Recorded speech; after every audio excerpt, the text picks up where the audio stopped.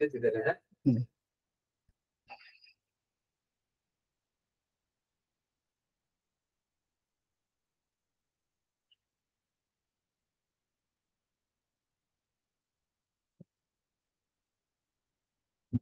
আসসালামু আলাইকুম। আশা করি সকলে ভালো আছেন।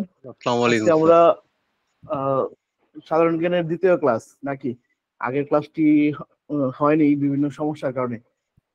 আচ্ছা, আপনারা যারা আছেন এখন দেখেন সবাই শুনতে পাচ্ছেন কিনা বা দেখতে কোনো অসুবিধা হচ্ছে কিনা? জি না স্যার, দেখা যাচ্ছে। সাউন্ড ঠিক আছে? শব্দ ঠিক আছে স্যার। ওকে, আমরা আর 1-2 মিনিট একটু ওয়েট করি আর সবাই একটু আসুক।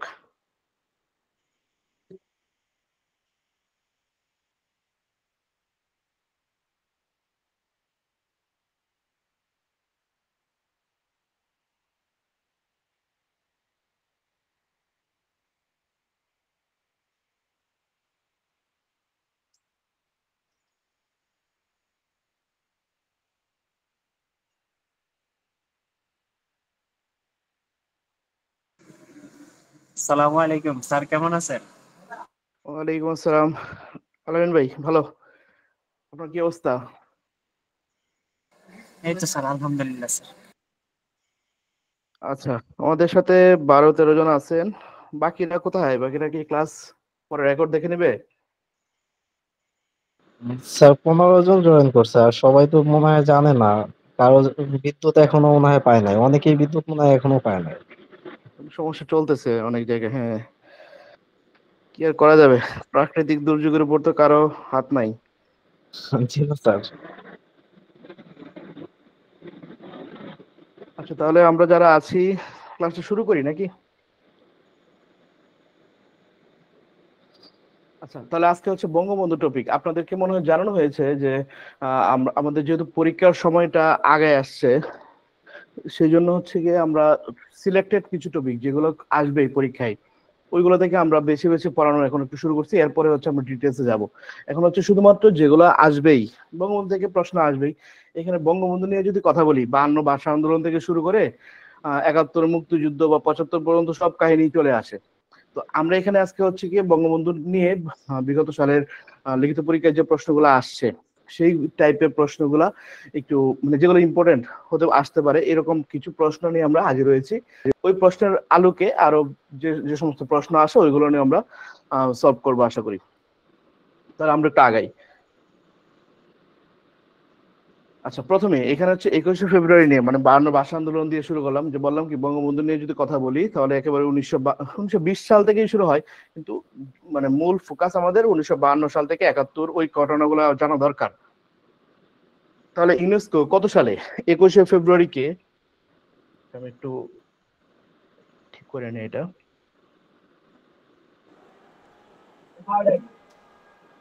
আচ্ছা, ইউনেস্কো কত উনিশশো সালে একুশে নিরানব্বই ফেব্রুয়ারিকে আন্তর্জাতিক মাতৃভাষা দিবস হিসেবে ঘোষণা করে?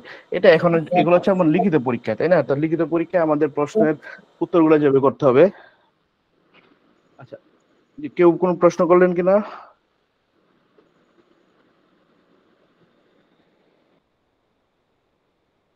আচ্ছা, তাহলে ইউনেস্কো কত সালে 21শে ফেব্রুয়ারিকে আন্তর্জাতিক মাতৃভাষা দিবস হিসেবে ঘোষণা করে? সেটি তারিখটি হচ্ছে 1999। এখন আমি আগে আম, সালটা লিখে নিই, তারপর হচ্ছে 1999 সালের 17 নভেম্বর।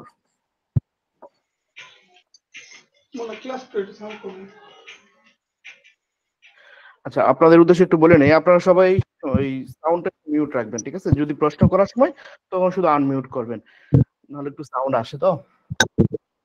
তাহলে ইউনেস্কো কত সালে 21শে ফেব্রুয়ারিকে আন্তর্জাতিক মাতৃভাষা দিবস হিসেবে ঘোষণা করে? সেটা হচ্ছে 1999 সালের 17 নভেম্বর। তাহলে ইউনেস্কো এটা কিসের সংস্থা? ইউএন, মানে জাতিসংঘের সংস্থা, জাতিসংঘের একটি সংস্থা ইউনেস্কো। এবং সেটি 21শে ফেব্রুয়ারিকে আন্তর্জাতিক মাতৃভাষা দিবস হিসেবে ঘোষণা করে 1999 সালের 17 নভেম্বর। তাহলে এটি সারা বিশ্বে পালিত হচ্ছে, মানে পালিত হচ্ছে কত সাল থেকে?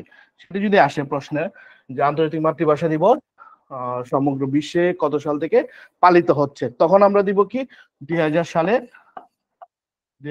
21 ফেব্রুয়ারি থেকে। 21 ফেব্রুয়ারি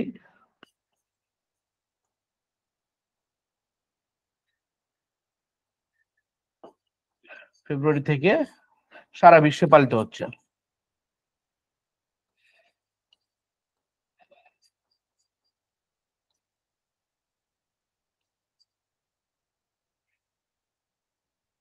বুঝতে পারছি। তাহলে ইউনেস্কো এটা হচ্ছে 1999 সালের 17 নভেম্বর থেকে হচ্ছে কি আমাদের আন্তর্জাতিক মাতৃভাষা দিবস ঘোষণা করা হয়, এবং এটি সারা বিশ্বে পালিত হচ্ছে 2000 সালের 21 ফেব্রুয়ারি থেকে। ঠিক আছে, তাহলে আমাদের যেটা মূল পয়েন্ট সেটা হচ্ছে এটা 1999 সাল এবং 17 নভেম্বর, নভেম্বর মাসের 17 তারিখ। তারিখটা একটু মুখস্থ করে ফেলি, সময় দিচ্ছি এক মিনিটের মতো। 1999 সালের 17 নভেম্বর, 1999 2000 সালের আগের সাল, এবং নভেম্বর মাস, ডিসেম্বরের আগে, নভেম্বর 17 নভেম্বর, মানে এটা মনে রাখেন 2000 সালের ঠিক এক মাস আগে। তাহলে 1999 সালের নভেম্বর মাসের 17 তারিখ হচ্ছে আন্তর্জাতিক মাতৃভাষা দিবস হিসেবে স্বীকৃতি দেওয়া হয়। এটাই।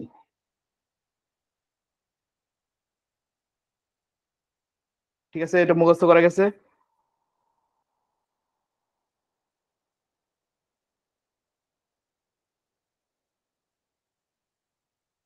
যারা ক্লাস করতেছি একটু উত্তর দেন। হলো এটা? জি স্যার। আচ্ছা, জি স্যার। এটা অনেকে অনেকে আমরা জানি 1999 সালের 17 নভেম্বর তারিখটা খুবই ঘোষণা করা ইম্পর্টেন্ট। হয় আর পালন করা হয় 2000 সালের 21 ফেব্রুয়ারি থেকে। 2000 সালের 21 ফেব্রুয়ারি যেহেতু মাতৃভাষা দিবস, ওই 21 ফেব্রুয়ারি থেকে এটা সারা বিশ্বে পালিত হচ্ছে। ঠিক আছে, আর হচ্ছে 1999 সালের 17 নভেম্বরে হচ্ছে ঘোষণা করা হয়। ওকে স্যার, স্ক্রিনটা পুরোপুরি আসতেছে না স্যার। স্ক্রিনটা পুরোপুরি আসে নাই? আচ্ছা, দেখো তো। স্যার স্ক্রিন পুরোপুরি আছে তো স্যার? স্ক্রিন পুরোপুরি আছে? জি স্যার, একটু জি স্যার। স্ক্রিনে হাত দিয়ে ছোট করে নিলেই হবে স্যার। আচ্ছা, স্ক্রিনটা একটু হাত দিয়ে আমি ছোট করে দিচ্ছি, তাহলে একটু দেখেন। আপনি না স্যার, যে যার প্রবলেম সে ছোট করলেই হবে স্যার। আচ্ছা ঠিক আছে, এখন ঠিক আছে তোরা? জি স্যার, ঠিক আছে। ওকে, আচ্ছা তাহলে আমরা পরবর্তী পরবর্তী স্লাইডে যাই। পরবর্তী প্রশ্নটা দেখি আমরা। আমার দেখানো হয়েছেন, কে লিখেছেন? আমার দেখানো হয়েছেন তার বঙ্গবন্ধু হচ্ছে অসমাপ্ত আত্মজীবনী, কারাগারের রুজনামচা। এই তিনটা আপনারা একেবারে মুখস্থ করে ফেলেন, প্রায় পরীক্ষা আসবেই, এটা বলাই যায়। তাহলে আমার দেখানো হয়েছেনটা কে লিখেছে তো বলার দরকার নাই, যেহেতু লিখিত পরীক্ষা সুন্দর করে লিখবেন। জাতির পিতা বঙ্গবন্ধু শেখ মুজিবুর রহমান।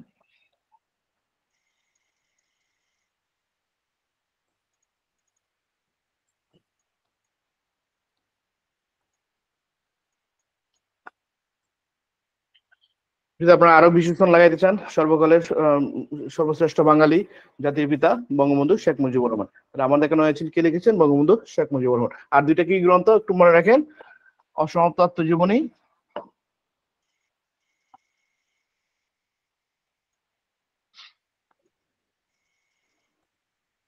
এটা হচ্ছে কারাগারের রুজনামচা। স্যার একটা কথা বলবো? জি বলেন। স্যার, ঈদের কতদিন পরে আমাদের পরীক্ষা হতে পারে? এটা সঠিক তারিখটা আমি এখনো বলতে পারতেছি না, এটা আপনাদের পরবর্তীতে জানিয়ে দেওয়া হবে। মানে সম্ভাব্য ঠিক কতদিনের মধ্যে হতে পারে স্যার তারিখটা? এখন সম্ভাব্য যদি বলি, এখন ওইটার আগে পরে যদি পরীক্ষা হয়, পরে কি হবে বলেন? স্যার এটা তো সঠিকভাবে বলা যাবে না স্যার, এটা হলো এখন এটা যারা হচ্ছে যারা পরীক্ষা নিবে, বুঝছেন, ভূমি হ্যাঁ, হ্যাঁ। অধিদপ্তর, এখন তারা এটা কবে নাগাদ নেয়, এটা হচ্ছে কথা। মানে আমাদের হাতে কি 1-1.5 মাসও কি সময় নাই? 1-1.5 মাস সময় আছে। মানে আমাদের যত 2 মাস সাজেশন সময় আছে। আমাদের তো কমপ্লিট করতে হবে, আর কমপ্লিট হ্যাঁ করলে হ্যাঁ, মাথায় তো রাখতে সেটাই। হবে স্যার। এখন আমরা প্রথমে যেটা ভাবছিলাম যে পরীক্ষাটা হতে পারে নভেম্বরের দিকে, অক্টোবর নভেম্বর, কিন্তু এখন যেটা দেখা যাচ্ছে যে ওরা দিয়ে দিচ্ছে, মনে হয় তাড়াতাড়ি হয়ে যাবে। 1-2 মাস সময় পাবো আমরা আর ইনশাআল্লাহ। 2 মাস সময় পেলে যথেষ্ট স্যার, 2 মাসে অনেকটা কভার হ্যাঁ করতে হ্যাঁ, পারবো। ঠিক আছে। না, 2 মাস যদি আমরা পড়তে পারি, ঈদের মনে করেন 2-3 দিন বাদে বাকি সব দিন যদি আমরা পড়তে পারি, ইনশাআল্লাহ আমাদের সিলেবাস কভার হবে। জি স্যার। আসসালামু আলাইকুম স্যার। জি ওয়ালাইকুম আসসালাম, বলেন। আমার যে মানে আমার পদের নাম হয়েছে রেকর্ড কিপার, এই পরীক্ষা কি 2 মাসের ভিতরে হবে না আরো দেরি হবে? এখন এই সবাই একই প্রশ্ন করতেছেন। এখন এটা তো ওই যে কবে ডেট দেয় বুঝছেন, এটা বলা যাচ্ছে না তো, কোনটা আগে নেয় কোনটা পরে নেয় এটা তাদের বিষয়। এটা আমি যদি বলি সম্পূর্ণ অনুমান থেকে বলবো বুঝছেন। স্যার কারণ ঈদের এটা পরে হচ্ছে তারা ষোলো যখন ডেটটা দিনের দেয় তখন দেখেন পরীক্ষাগুলো বুঝছেন। একটা ডেট দিতে পারে স্যার। জি বুঝি নাই কি? তারা ঈদের পরে, হ্যাঁ হ্যাঁ ঈদের হ্যাঁ মানে এক সপ্তাহ পরে যদি আপনার 16 গ্রেডের সকল পরীক্ষার ডেট দেয়, তাহলে আরো ধরেন আমরা ঈদের এক সপ্তাহ পরবর্তীতে আরো 10 দিন মিনিমাম, এই আপনার প্রায় 20 দিনের মতো সময় পাবো ঈদের পরেও স্যার। আর এটা এই ডেট দেওয়ার আগেও আমরা তো সময় পাচ্ছি বুঝছেন। জি আর স্যার। হচ্ছে এই সময়টা আমরা একটু ভালো করে পড়ি, যেহেতু পরীক্ষার সামনেই, আমরা তো জানি সামনে হয়ে যাবে যেহেতু পড়ি, ঠিক আছে, যে পর্যন্ত আগানো যায়। আচ্ছা, আর আমরা আমরা আমাদের মূল টার্গেট হচ্ছে আমাদের যে টপিকগুলো থেকে সবসময় আসেই সেগুলো আগে আমরা কভার করে নিই, ঠিক আছে না? জি স্যার, এগুলাই স্যার বুদ্ধিমানের কাজ স্যার, আমাদের জন্য অনেকটা উপকারী স্যার। আচ্ছা, তাহলে এই হচ্ছে বঙ্গবন্ধুর যে আত্মজীবনী গুলা আছে বা বঙ্গবন্ধু যেগুলো লিখেছেন সেটা। আরেকটা বঙ্গবন্ধু হচ্ছে মুক্তিযুদ্ধ নিয়ে লিখেছে, সেটার নামটা একজন বলেন।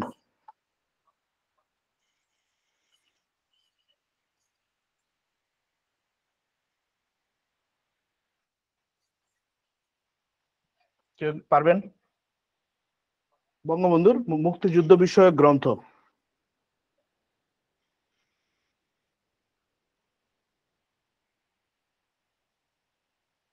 খেয়াল নাই স্যার, বলেন।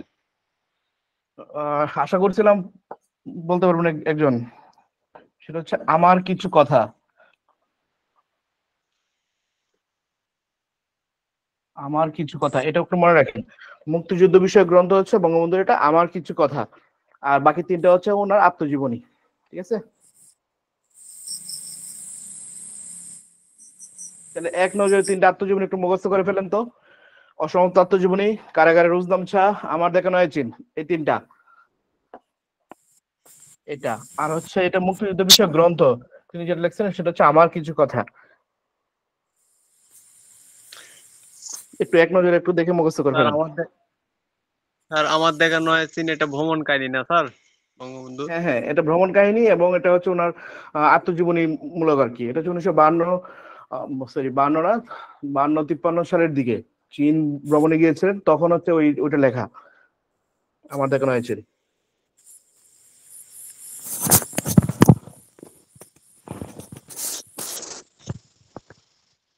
ঠিক আছে, এটা মুখস্থ হয়ে গেছে। অথবা আপনারা জি স্যার। স্ক্রিনে স্ক্রিনশট দিয়ে রাখেন, যে যে স্লাইড গুলো আপনাদের দরকার স্ক্রিনশট দিয়ে রাখবেন।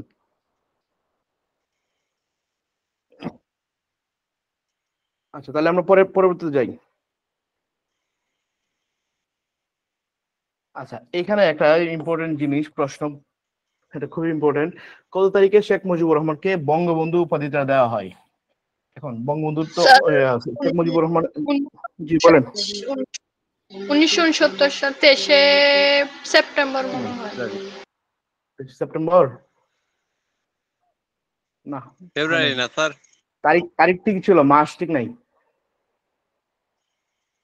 আর 1969 ঠিক আছে, 23 বলেন। 23শে ফেব্রুয়ারি।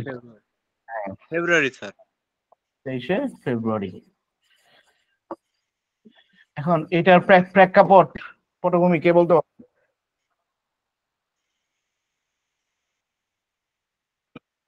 কি জন্য দেওয়া হয়েছিল?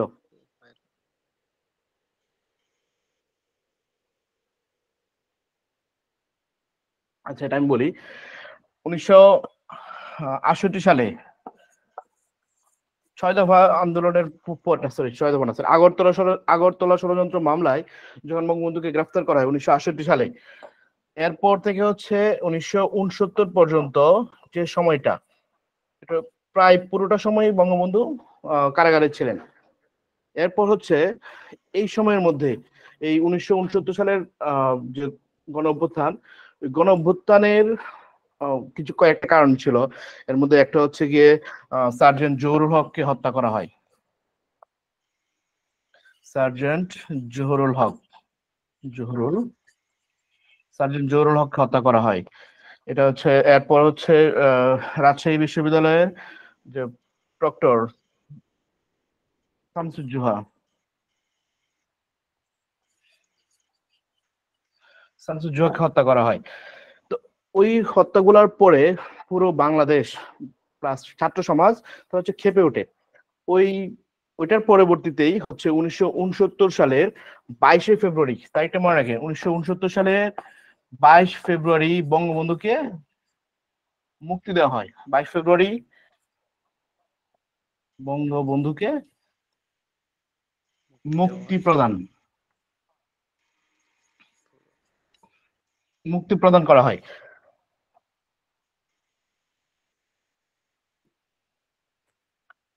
বঙ্গবন্ধুকে মুক্তি প্রদান করা হয় 1969 সালে 22 ফেব্রুয়ারি।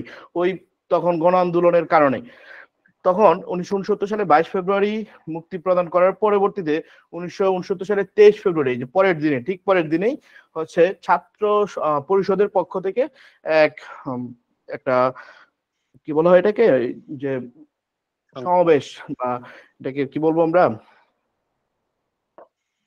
এক সম্মেলন করা হয়। ওই সম্মেলনে হচ্ছে তুফায়েল আহমেদ এই বঙ্গবন্ধু উপাধিটা দেন। তুফায়েল আহমেদ বঙ্গবন্ধু উপাধি দেন। তখন তুফায়েল আহমেদ তখন ছিলেন ছাত্র সমাজের একজন লিডার। ওই তুফায়েল আহমেদ তখন বঙ্গবন্ধু উপাধি তাকে প্রদান করেন। তাহলে 1969 সালে 23 ফেব্রুয়ারি যে সমাবেশটা হয়, ওই সমাবেশটা কাদের সমাবেশ ছিল? ছাত্র পরিষদের পক্ষ থেকে। কথাটা মনে রাখবেন, যদি কখনো আসে যে কোন কারা বঙ্গবন্ধু উপাধি দেয়, তাহলে লিখবেন হচ্ছে ছাত্র পরিষদের পক্ষ থেকে। এবং যদি নির্দিষ্ট করে দেয় কে দেয়, তুফায়েল আহমেদ, নামটা মনে রাখবেন। আচ্ছা, এছাড়া বঙ্গবন্ধুর আর কি কি উপাধি আছে?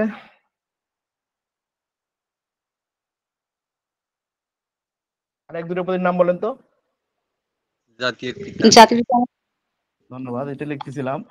জাতির পিতা বা জাতির জনক, এই উপাধিটা কে দেয়? আসম আব্দুর রব। ধন্যবাদ। আসম আব্দুর রউফ।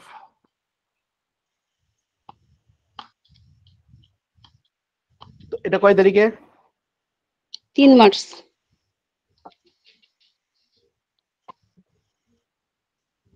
3 মার্চ 1971। 3 মার্চ 1971-এ, 72-এ না,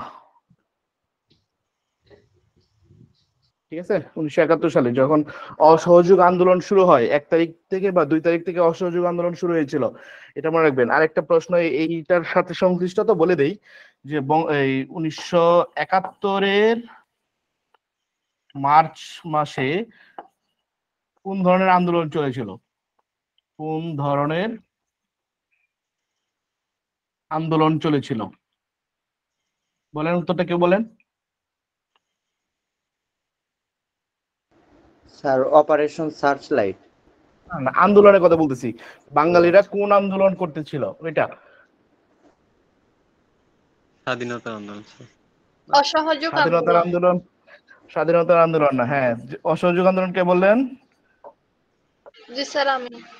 হ্যাঁ, ধন্যবাদ আপনাকে। অসহযোগ আন্দোলন চলতেছিল।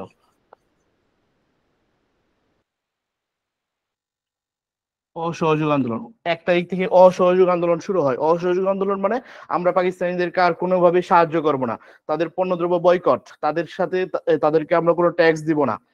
তো এরকম যে একটা মানে অসহযোগিতার যে আন্দোলন, সেটা হচ্ছিল 1971 সালে মার্চ মাস জুড়ে পুরোটাই। এর পরবর্তীতেই হচ্ছে 25শে মার্চে কালরাত্রি, অপারেশন সার্চ, যাই বলেন না কেন, পরবর্তীতে ওইগুলো হয়। ওইগুলো তো আন্দোলন না, তো অপারেশন চালিয়েছিল তারা। তাহলে এই হচ্ছে তাহলে জাতির পিতা পেলাম আমরা আসম আব্দুর রউফ, 3 মার্চ। আর কি কি ওনার উপাধি আছে? আচ্ছা, আরেকটা মনে আমরা পরবর্তী প্রশ্ন একটা পাবো, যে পরবর্তী প্রশ্ন একটু দেখে নিই। আচ্ছা, এটা পরবর্তী প্রশ্ন আমরা লিখতেছি। তাহলে এই পর্যন্ত কি ক্লিয়ার কিনা দেখেন।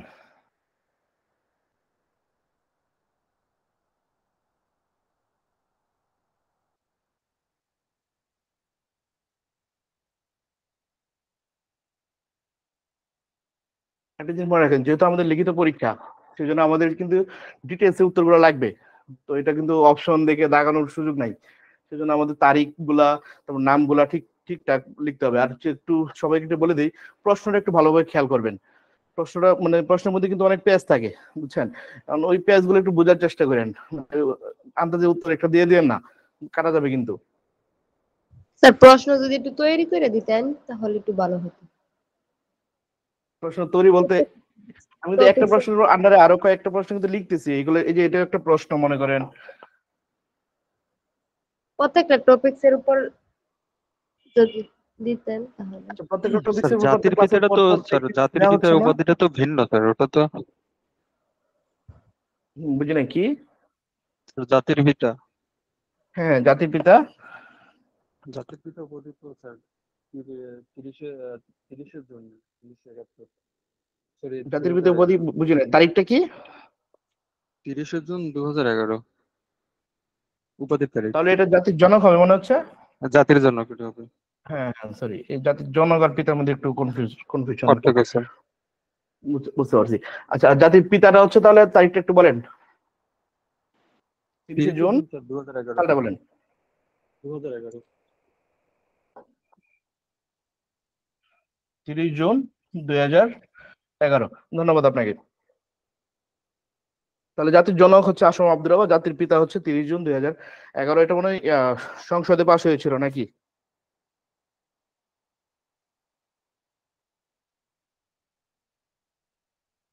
আচ্ছা, তাহলে জাতির পিতাটা 30 জুন আর জাতির জনকটা হচ্ছে আসম আব্দুর রব 3রা মার্চ 1971 সালে।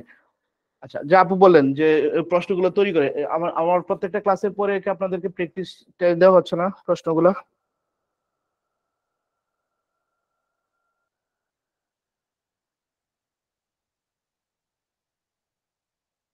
পুরো একটু আনসার দিবেন। প্র্যাকটিস দেওয়া হয়? ক্লাস রেকর্ড দেওয়া হয় স্যার, প্রশ্ন প্যাটার্ন দেওয়া হয় না।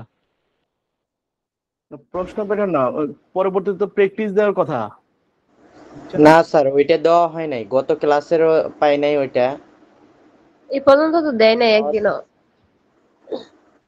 আচ্ছা, আমি তাহলে একটু ম্যানেজমেন্টের সাথে একটু আলাপ করবো রে। না, দিয়ে দিলে আমাদের সুবিধা হবে আর কি, যে যাতে বুঝতে পারি। প্র্যাকটিস দেওয়ার কথা ছিল তো, ওই লেকচার শিট গুলো দেওয়া হয়েছে আপনাদের? না স্যার। না স্যার, এমনি একটা পিডিএফ ফাইল দিয়েছে, সেটা শুধু সালের কোশ্চেন গুলা দেওয়া আছে ওইটাতে, মানে অনেক পরীক্ষার আর কি সেগুলা। তো পিডিএফ এ পরে ওই পিডিএফ প্রত্যেক ক্লাসে মানে প্রত্যেকটা লেকচারের পরে প্রশ্নগুলো আছে না?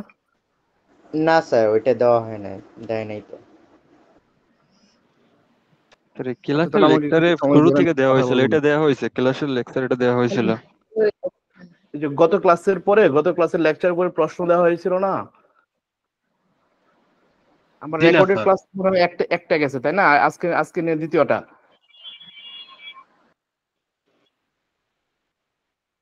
তো প্রথম ক্লাসে তো মনে হয় রেকর্ড দেওয়ার কথা, এই রেকর্ডের পরে এই প্রশ্ন দেওয়ার কথা। স্যার প্রশ্ন দেওয়া হয় নাই, শুধু রেকর্ডেড ক্লাসটা পাইছি। আচ্ছা, তাহলে আমি একটু কথা বলবো, আপনাদেরকে পরবর্তীতে জানানো হবে। আচ্ছা, তাহলে এই পর্যন্ত ঠিক আছে? দেখেন তো, স্ক্রিনশট দিয়ে নেন।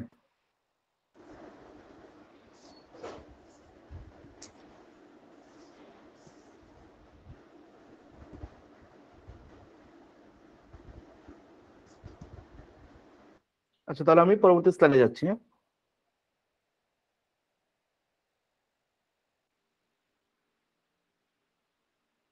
আচ্ছা, বীরশ্রেষ্ঠ মুন্সি আব্দুর রউফ, এই যে বললাম বঙ্গবন্ধু নিয়ে আসলেও আসলে পুরো মুক্তিযুদ্ধ চলে আসছে। এখন বীরশ্রেষ্ঠ মুন্সি আব্দুর রউফের সমাধিস্থল কোন জেলায়? বীরশ্রেষ্ঠ মুন্সি আব্দুর রউফকে নিয়ে যদি কথা বলতে হয়, তাহলে তো আমাদের 7 জন বীরশ্রেষ্ঠ নিয়ে কথা বলতে হবে নাকি? তাহলে 1 নাম্বার, যদি বীরশ্রেষ্ঠ মুন্সি আব্দুর রউফকে আমরা ধরি, তার জন্ম কোথায় জানেন? কে জানেন? আচ্ছা, এটা এত ইম্পর্টেন্ট না। মুন্সি আব্দুর রউফের জন্ম হচ্ছে ফরিদপুরে জন্ম তার, ফরিদপুর। আচ্ছা, এখন এর সমাধিস্থল কোথায়? এখানে একটু কথা আছে। মুন্সি আব্দুর রউফ কয় নং সেক্টরে যুদ্ধ করে সেটা আগে জানতে হবে। মুন্সি আব্দুর রউফ কয় নং সেক্টরে যুদ্ধ করে, কে বলবেন? স্যার 1 নাম্বার সেক্টরে। এক নাম্বার হ্যাঁ, ধন্যবাদ। মুন্সি আব্দুর রউফ 1 নং সেক্টরে যুদ্ধ করেন এবং তিনি শহীদ হন হচ্ছে 8 এপ্রিল 1971। 1971 সালে 8 এপ্রিল তিনি সর্বপ্রথম শহীদ হওয়া বীর শ্রেষ্ঠ। এখন তিনি কোন জায়গায়, মানে 1 নং সেক্টরে কোন জায়গায় যুদ্ধ করতেছিলেন, কেউ জানবেন? জানাবেন কিনা বলি আমি। রাঙ্গামাটি জেলার এটাকে বলা হয় মহালছড়ি, একটা এলাকা আছে মহালছড়ি। ওই মহালছড়িতে হচ্ছে ওইখানে ওই একটা ওই কি বলে নদী, না ঠিক নদীর মতো, খালের মতো, ওই এলাকা দিয়ে হচ্ছে গিয়ে পাকিস্তানি বাহিনীদের অস্ত্র নিয়ে যাওয়ার একটা ছিল আর কি, রাস্তা ছিল। তো ওইদিকে হচ্ছে কন্ট্রোল করার জন্য ওইখানে মুন্সি আব্দুর রউফ সহ তাদের যে ব্যাটালিয়ন, ওই ব্যাটালিয়ন ওখানে অবস্থান করতেছিল। এবং সম্মুখ যুদ্ধে ওই 8 এপ্রিল 1971 সালে মুন্সি আব্দুর রউফ শহীদ হন। তার তো বীরত্ব আছে, অবশ্যই বীরত্ব আছে, তার জন্য হচ্ছে তার পুরো ব্যাটালিয়ন বেঁচে যায়, বুঝছেন? তো সেই জন্য রাঙ্গামাটি জেলার মহালছড়ি, তো ওইখানেই হচ্ছে মহালছড়ি হচ্ছে একটা জায়গাটার নাম ঠিক খেয়াল নাই আমার। ওই জায়গাতেই হচ্ছে, তাহলে রাঙ্গামাটি জেলাতেই হচ্ছে তার সমাধিস্থল। যদি প্রশ্ন আসে উত্তরটা হচ্ছে এটা, রাঙ্গামাটি জেলা, বুঝছেন? তো রাঙ্গামাটি জেলায় হচ্ছে মুন্সি আব্দুর রউফের সমাধিস্থল। এবং তিনি যুদ্ধ করছিলেন কয় নম্বর সেক্টরে? 1 নম্বর সেক্টরে। এখন আমাকে বলেন 1 নম্বর সেক্টরে নাইয়ার সেক্টর চর কমান্ডার হবে কি? নাকি জায়গাটার নাম? বুঝি নাই। নাইয়ার চর। নাই নাইয়ার মানে চর। নাইয়ার চর। নাইয়ার চর না, আরেকটা কি জানি নাম ছিল, এটা খেয়াল নাই আমার। আচ্ছা আচ্ছা, এটা কোন যে কোনো একটা বইয়ে দেখলে আপনি দেখতে পারবেন। এটা মুন্সি আব্দুর রউফের সমাধিস্থল রাঙ্গামাটি জেলার মহালছড়ি থাকে অনেক সময়, অনেক সময় আরেকটা কি একটা পুর না কি একটা ছিল, এটা ঠিক বলতে পারতেছি না। আচ্ছা, যাই হোক, শুধু আমাদের যে উত্তরটা রাঙ্গামাটি জেলা দিলে এনাফ। আর হচ্ছে যদি সেক্টর বলে 1 নম্বর সেক্টর। আপনাদেরকে যেটা বলতেছি সেটা হচ্ছে 1 নম্বর সেক্টরের সেক্টর কমান্ডার কে কে ছিলেন? একজন তো পারবেন, মেজর জিয়াউর রহমান। আরেকজন কে ছিলেন?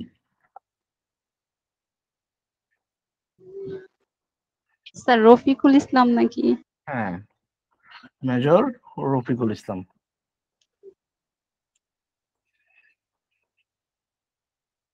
যারা আমার ওই ফ্রি ক্লাসগুলো করেছিলেন, ওইখানে আমি 1 নং সেক্টরটা একে দেখাই দিয়েছিলাম না, এটা কোন হ্যাঁ পর্যন্ত হ্যাঁ হ্যাঁ। জায়গাটা। তো ওইটার মধ্যে কোন পর্যন্ত ছিল কে বলতে পারবেন?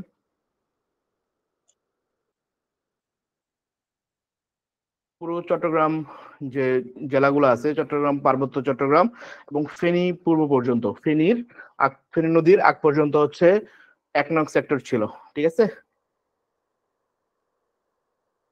তাহলে আমরা এভাবে মনে রাখবো, 1 নং সেক্টরে আমরা যে 1 নম্বর, মনে করেন প্রথম বীরশ্রেষ্ঠ যিনি শহীদ হন, তার নাম হচ্ছে মুন্সি আব্দুর রউফ। তিনি যুদ্ধ করেছেন 1 নং সেক্টরে, ঠিক আছে? এবং সর্বপ্রথম এপ্রিল মাস, আমাদের মার্চ মাস থেকে হচ্ছে গিয়ে আহ, তারা আমাদের উপর আক্রমণ করে পাকিস্তানিরা। 25 মার্চ, 26 মার্চ থেকে আমরা প্রতিরোধ মানে গড়া শুরু করি বলতে গেলে। 10 এপ্রিল হচ্ছে আমাদের কি বলে এটাকে, 10 এপ্রিল হচ্ছে আমাদের যে সরকার, সে সরকার গঠন হয়, মুজিবনগর সরকার। তারও আগে 8 এপ্রিল যুদ্ধে শহীদ হন হচ্ছে মুন্সি আব্দুর রউফ, বুঝছেন? মানে তখন আমাদের যুদ্ধটা আসলে আনুষ্ঠানিকভাবে শুরুই হয় নাই, এর আগেই তিনি শহীদ হন। তখন আমাদের কিছু মানে প্রতিরক্ষা চলতেছিল। তো ওই সময় মুন্সি আব্দুর রউফ শহীদ হন, ঠিক আছে? তাহলে এটা গেল 1 নং সেক্টর। আচ্ছা, এখন যে 7 জন বীরশ্রেষ্ঠ নিয়ে কথা বলতে চাই অনেক লম্বা হয়ে যাবে, আর 1-2টা নিয়ে একটু কথা বলি নাকি? আচ্ছা, আর কারটা জানতে চান, মানে কারটা ইম্পর্টেন্ট মনে হয় একটু বলেন তো একজন, কোন বীরশ্রেষ্ঠ সম্পর্কে জানাটা দরকার বেশি? স্যার সর্বশেষ বীর শ্রেষ্ঠ। সর্বশেষ, ওকে। তাহলে সর্বশেষ যে বীরশ্রেষ্ঠ মানে সপ্তম যিনি, তো সর্বশেষ বীরশ্রেষ্ঠ নাম হচ্ছে ক্যাপ্টেন মহিউদ্দিন জাহাঙ্গীর।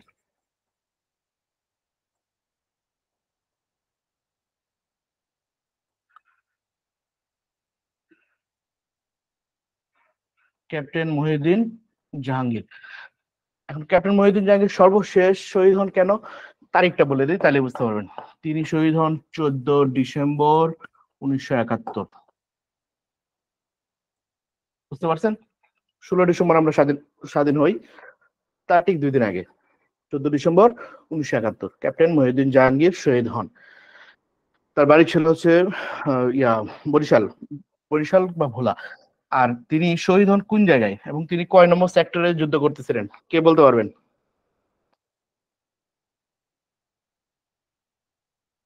পারবেন কেউ? 7 নং সেক্টরে তিনি যুদ্ধ করছিলেন, 7 নং সেক্টরে। এবং 7 নং সেক্টরে যুদ্ধ করছে এবং তার সমাধিস্থল কোথায় বলতে পারবেন কেউ? বলেন, এটা পারার কথা।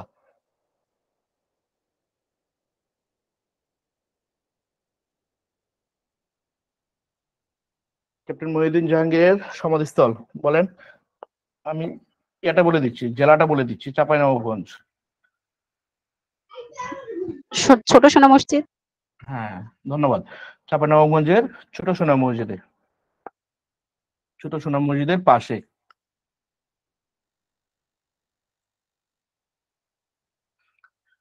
বুঝছেন? আর কারোরটা জানা জানা দরকার আছে মনে হয়, বলেন। আচ্ছা, আমি একটু মুখে মুখে বলে দিই, আপনারা একটু মনোযোগ দিয়ে শুনেন। হ্যাঁ, আমরা আমাদের যিনি বিদেশ থেকে যিনি হেল্প করতে যাচ্ছিলেন, তার নাম কি? মতিউর রহমান, তাই তো? মতিউর রহমান হচ্ছে, তাহলে ওনার কবর কবর কোথায় ছিল? করাচির এখানে ছিল। তারপর হচ্ছে ওনার কবর ওইখান থেকে নিয়ে আসা হয় এবং ঢাকায় নিয়ে এসে মিরপুরে ওনার কবর দেওয়া হয় আবার। তাহলে মতিউর রহমান হচ্ছে শহীদ হন পাকিস্তানে। আহ, তিনি একটা বিমান ছিনতাই করতে যাচ্ছিলেন, এটা। আচ্ছা, তাহলে তারপর হচ্ছে এই রুহুল আমিন নাকি? রুহুল আমিনেরটা একটু লিখে নেই।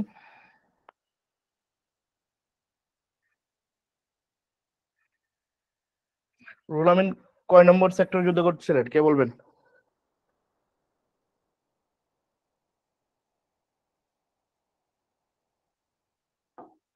স্যার 10 নম্বর সেক্টরে। হ্যাঁ, ধন্যবাদ। 10 নম্বর সেক্টরে। আচ্ছা, 10 নম্বর সেক্টরটা কোন কোন জায়গায় ছিল, কে বলবেন?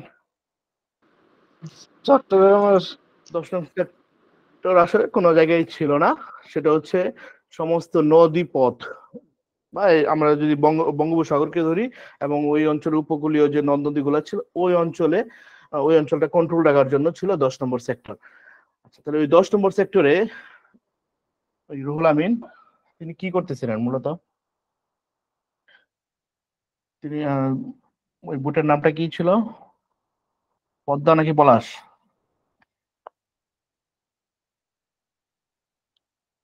তিনি যে বুটে ছিলেন,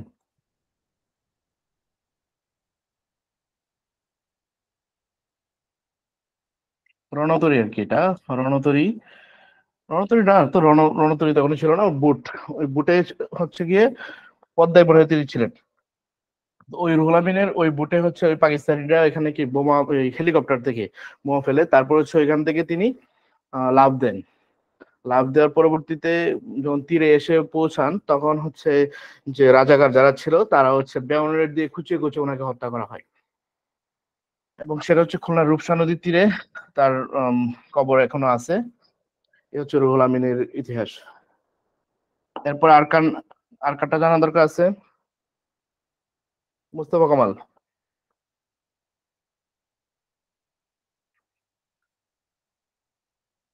আমাদের মানে যেটা জানতে হবে সেটা হচ্ছে সেক্টর, মানে কত নম্বর সেক্টরে যুদ্ধ করেন, তারপর হচ্ছে ওনার সমাধিস্থল, এই দুইটা হচ্ছে মেইন জিনিস, বুঝছেন? তো মুস্তফা কামাল কয় নং সেক্টরে যুদ্ধ করেন, সেটা হচ্ছে 2 নং সেক্টর। 2 নম্বর। হ্যাঁ, 2 নং সেক্টরে যুদ্ধ করেন। আর হচ্ছে তার যে সমাধিস্থল, সেই সমাধিস্থল হচ্ছে ব্রাহ্মণবাড়িয়া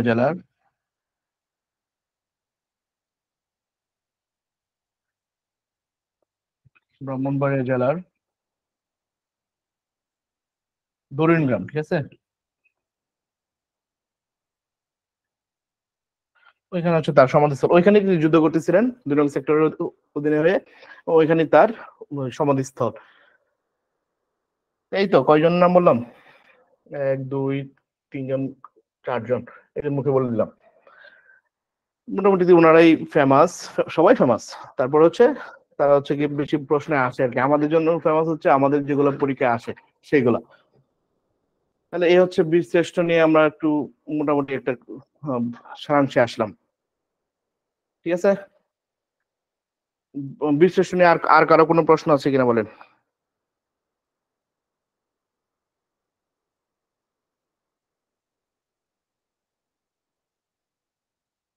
তাহলে আমরা পরবর্তী স্লাইডে যাই নাকি, প্রশ্ন না থাকলে?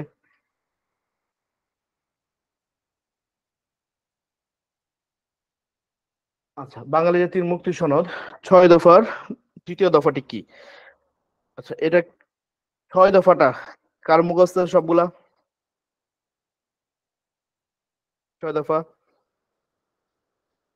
স্যার আগে ছিল ভুলে গেছি। ভুলে গেছেন? প্রথমটা কি বলেন?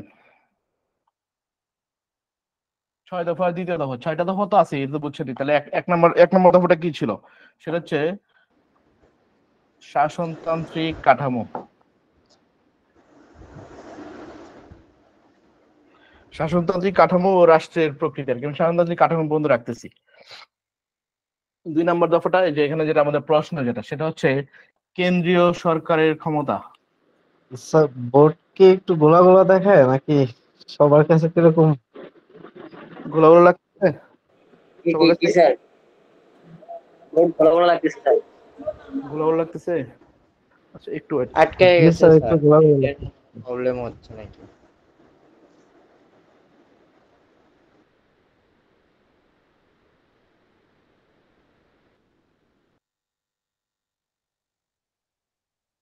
ঠিক আছে, দেখেন তো।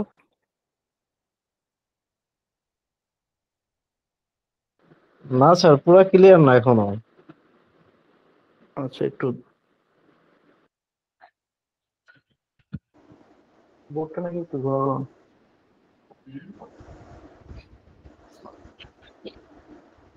বোর্ডটা একটু ঘোরা ঘোরা দেন তো।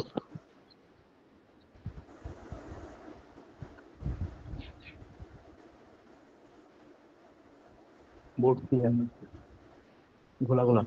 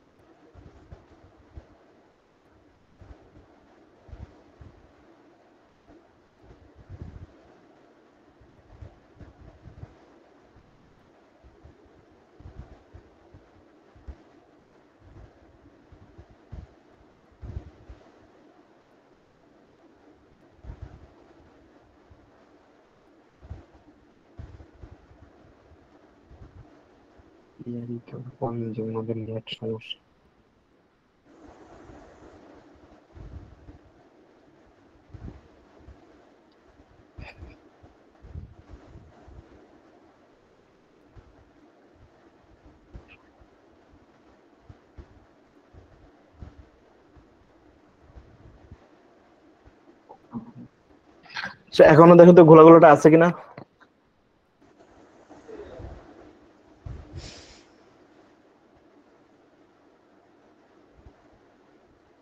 নেটের সমস্যার জন্য একটু এটা হতে পারে, একটু দেখে নেন, পরে আবার ঠিক হয়ে যাবে।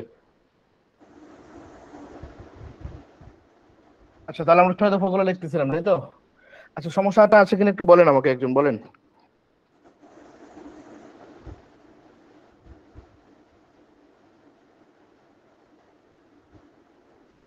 জি না স্যার। ঠিক আছে, ঠিক আছে স্যার। আচ্ছা আচ্ছা, তাহলে পরবর্তীগুলো আমরা একটু লিখে নিই। 6 দফার প্রথমটা লিখলাম নাকি, শাসনতান্ত্রিক কাঠামো। দ্বিতীয়টা হচ্ছে কেন্দ্রীয় সরকারের ক্ষমতা।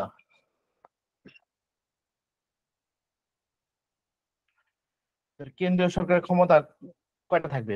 দুইটা ক্ষমতা থাকার কথা ছিল কেন্দ্রীয় সরকার, বাকি সবগুলাই যে প্রাদেশিক সরকার যারা থাকবে তাদের হাতে ক্ষমতা থাকবে। 3 নম্বর ছিল হচ্ছে মুদ্রা বা অর্থ সম্বন্ধীয়।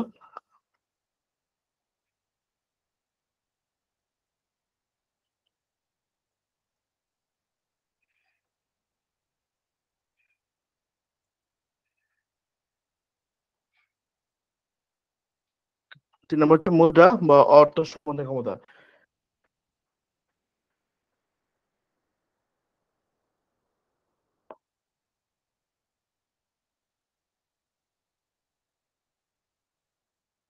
রাজস্ব আদায় না, তিনটা দেখতে রাজস্ব পাচ্ছি না স্যার। সংক্রান্ত ক্ষমতা।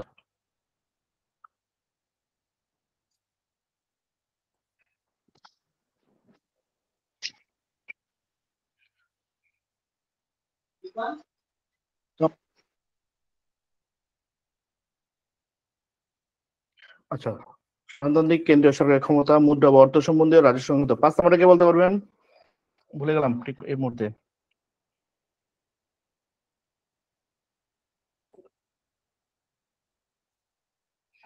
6 নম্বরটা হচ্ছে আঞ্চলিক নিরাপত্তা বা আঞ্চলিক একটা গণবাহিনী বা আর্মি বা সামরিক শাসন। স্যার আপনার ক্যামেরাটা বারবার অফ হয়ে যাচ্ছে। ক্যামেরা অফ হয়ে যাচ্ছে? হ্যাঁ স্যার, ক্যামেরা বন্ধ হয়ে যাচ্ছে, কিছু দেখা যাচ্ছে না স্যার, একটু আসতেছে আবার হয়ে যাচ্ছে। স্যার আপনার ফোন থেকে ওই ইয়াটা মিউট করে দিলে মনে হয় সমাধান হবে। ঠিক আছে।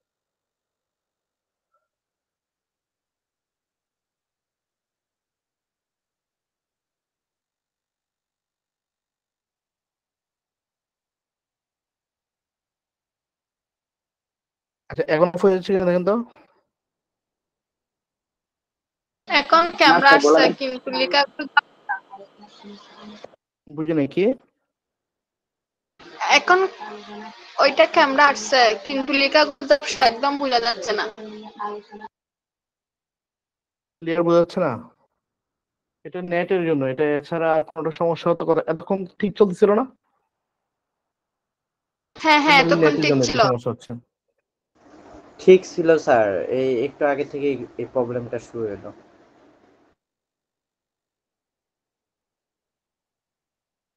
আচ্ছা, আমি একটু বলে বলে দিচ্ছি। দেখেন, শাসনতান্ত্রিক কাঠামো প্রথমটা একটু মুখস্থ মতো করে ফেলেন, আমাদের 2-3টা অন্তত লাগবে। আচ্ছা, 5 নম্বরটা কি কে বলতে পারেন? কে হেল্প করেন বলেন। 5 নম্বরটা ঠিক এই মুহূর্তে মনে পড়তেছে না, রাজস্ব সংক্রান্ত ক্ষমতা। এরপর 5 নম্বরটা।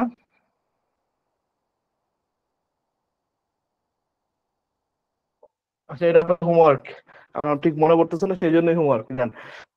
আচ্ছা, প্রথমটা শাসনতান্ত্রিক কাঠামো, দ্বিতীয়টা হচ্ছে কেন্দ্রীয় সরকারের ক্ষমতা। ব্ল্যাক দেখা যাচ্ছে না। একদম স্যার ঘোলা। ব্ল্যাকবোর্ড দেখা যাচ্ছে না। আপনি যখন ফোনে কথা বলেন তখন হচ্ছে আপনার এই যে আইডিটা হচ্ছে প্রেজেন্টিং করে, তো এর জন্য এটা শো করে তখন। তা আমার মনে হয় আপনার ফোন থেকে এই কি যেন বলে মিউট করে দিলে এটা ঠিক হয়ে যাবে। এটা সবার সবার কাছে করতেছে।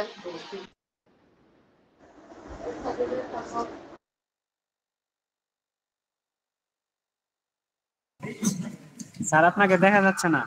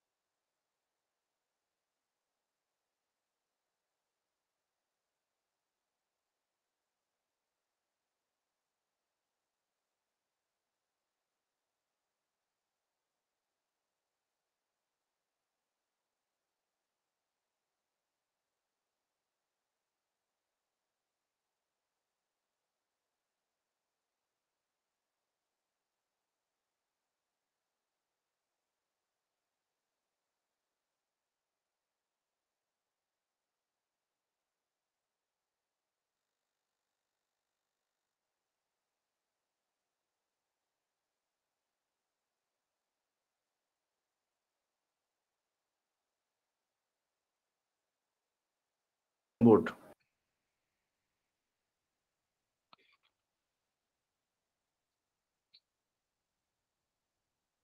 এখন ঠিক আছে সব? স্যার ঠিক আছে, স্যার ক্লিয়ার আছে। নেট চলে গেছিল, ওয়াইফাই ডিস্টার্ব করতেছিল, দুঃখিত। আচ্ছা, তাহলে এখন এটা নিয়ে যেটা কথা বলতেছিলাম, ছয়টা দফার মধ্যে দ্বিতীয় দফা কোনটি? এক নম্বর তো হচ্ছে শাসনতান্ত্রিক কাঠামো, শাসনতন্ত্র কিরকম হবে সেটা। তারপর কেন্দ্রীয় সরকারের ক্ষমতা কি কি থাকবে, কেন্দ্রীয় সরকারের ক্ষমতা কি কি থাকবে, বৈদেশিক নীতিটা থাকবে। এই সেগুলো ছিল হচ্ছে কেন্দ্রীয় সরকারের ক্ষমতা কোন কোন পর্যন্ত থাকতে পারে সেটা। মুদ্রা বা অর্থ সম্বন্ধীয় ক্ষমতা হচ্ছে 3 নম্বরে, তাহলে 3 নম্বরে অর্থ সংক্রান্ত ক্ষমতা যেটা সেটা হচ্ছে 3 নম্বরে, মনে রাখেন। সরি, 5 নম্বরে মানে বাণিজ্য সংক্রান্ত ক্ষমতা। এটা আমি হ্যাঁ স্যার বাণিজ্য, হ্যাঁ হ্যাঁ স্যার বাণিজ্য নম্বরে যেমন হ্যাঁ ক্লিয়ার হ্যাঁ করে মনে হচ্ছে না আমার, এগুলো 6টা মুখস্থ ছিল কিন্তু এটা হঠাৎ করে চলে গেছে মাথা থেকে। হ্যাঁ স্যার দিয়ে এগুলো মনে হচ্ছে ওই দিয়ে কি একটা ছিল জানি, ওই দিয়ে কি জানি ছিল, ভুলে গেলাম। তো বাণিজ্য সংক্রান্ত ক্ষমতা এটা যেটা ছিল এটা 5 নম্বর দেন। 6 নম্বর হচ্ছে আঞ্চলিক গণবাহিনী বা সামরিক শক্তি এটা। তাহলে 1 নম্বর শাসনতান্ত্রিক কাঠামো মনে রাখেন, 2 নম্বর কেন্দ্রীয় সরকারের ক্ষমতা, 3 নম্বর হচ্ছে মুদ্রা বা অর্থ সম্বন্ধীয় ক্ষমতা, 4 নম্বর হচ্ছে রাজস্ব সংক্রান্ত ক্ষমতা বা রাজস্ব আদায় সংক্রান্ত ক্ষমতা। আমাদের যেটা প্রশ্ন ছিল বাঙালি জাতির মুক্তি সনদ, সনদ 6 দফার দ্বিতীয় দফাটি কি? দ্বিতীয় দফাটি কি? তাহলে এটা হচ্ছে কেন্দ্রীয় সরকারের ক্ষমতা ছিল। ঠিক আছে, তাহলে আমরা শুধু এটা লিখে দেবো, দ্বিতীয় দফা ছিল কেন্দ্রীয় সরকারের ক্ষমতা, এভাবে লিখে দিব, এত কিছু লেখার দরকার নেই। যদি 3 নম্বর বলে, 2, 3 আমার মনে হয় ইম্পর্টেন্ট, 6 নাম্বারটা ইম্পর্টেন্ট হতে পারে। 1 নাম্বারটা 1, 2, 3, 6 এই 4টা মনে রাখেন। তাহলে 1 নাম্বার হচ্ছে শাসনতান্ত্রিক কাঠামো, মানে বাংলাদেশ বা তখন বাংলাদেশ ছিল না, পূর্ব পাকিস্তান ছিল। পূর্ব পাকিস্তানে কিরকম শাসনতান্ত্রিক অবস্থা বিরাজ করবে, সরকার কিরকম সরকার হবে সেটা হচ্ছে প্রথমটা ছিল। 2 নম্বর হচ্ছে কেন্দ্রীয় সরকারের ক্ষমতা, কেন্দ্রীয় সরকারের ক্ষমতা কোন পর্যন্ত থাকবে সেটা। 3 নম্বর হচ্ছে মুদ্রা বা অর্থ সম্বন্ধীয় ক্ষমতা, একক মুদ্রা হবে নাকি দুই দেশে একই মুদ্রা হবে, কিন্তু সেটা মানে একক মুদ্রা হবে একটা কথা, আর একটা হচ্ছে 2টা মুদ্রা হবে কিন্তু অবাধে বিনিময়যোগ্য মুদ্রা হতে হবে, এরকম একটা প্রস্তাব ছিল। কিন্তু এগুলা পাকিস্তানি সরকার আসলে কি মানে এগুলাকে কোনোটাই অ্যাকসেপ্ট করে নাই। কিন্তু এগুলো ছিল আমাদের মুক্তির দাবি, 6 দফাকে আমার বাঙালি জাতির মুক্তির সনদ বলা হয়। এই যেখানে লেখা আছে বাঙালি জাতির মুক্তির সনদ, এবং এটাকে ম্যাগনা কার্টার সাথে তুলনা করা হয়। মনে রাখবেন 6 দফাকে কি এর সাথে তুলনা করা হয়, এই ম্যাগনা কার্টার সাথে, বা 6 দফা কি, বাঙালি জাতির মুক্তির সনদ। ঠিক আছে, তো এই সংক্রান্ত যে প্রশ্নগুলো আসে, তো এইগুলো আমাদের একটু মনে রাখতে হবে, বুঝছেন? একটু স্ক্রিনশট দিয়ে রাখেন। 6 নম্বরটা আঞ্চলিক বাহিনী বা সেনাবাহিনী মনে হয়। এই আঞ্চলিক সেনাবাহিনীটাই গণবাহিনী হবে আর কি, একটা সেনাবাহিনী মানে আঞ্চলিক একটা সামরিক বাহিনী হবে আর কি। সামরিক বাহিনীটাকে সেনাবাহিনী বলা যায়, কিন্তু এটা আঞ্চলিক যেহেতু এটাকে গণবাহিনী বলা হয় আর কি।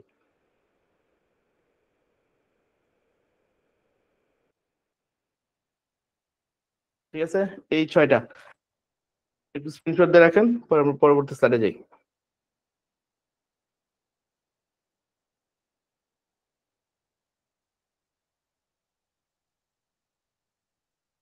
আচ্ছা, পরবর্তী প্রশ্নটা আমরা একটু দেখি। অসমাপ্ত আত্মজীবনী গ্রন্থ লেখ, আচ্ছা এটা আর বলতে হবে বলে মনে হয় না। বঙ্গবন্ধু শেখ মুজিবুর রহমান।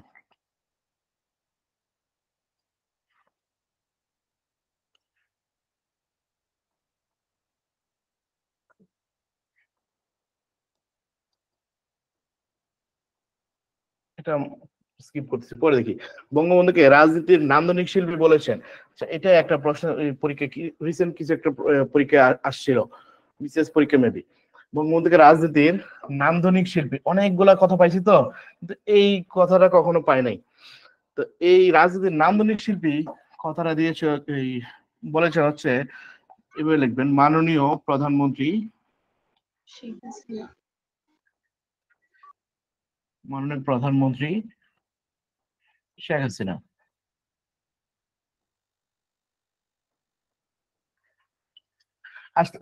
শেখ হাসিনা নিয়েও অনেক কিছু, অনেক প্রশ্ন আসতে পারে। এবং বঙ্গবন্ধুকে রাজনীতির নান্দনিক শিল্পী বলেছেন মাননীয় প্রধানমন্ত্রী শেখ হাসিনা। অথবা এরকম এরকম হতে পারে, প্রশ্ন হতে পারে যে মাননীয় প্রধানমন্ত্রী শেখ হাসিনা বঙ্গবন্ধুকে কি উপাধি দেন।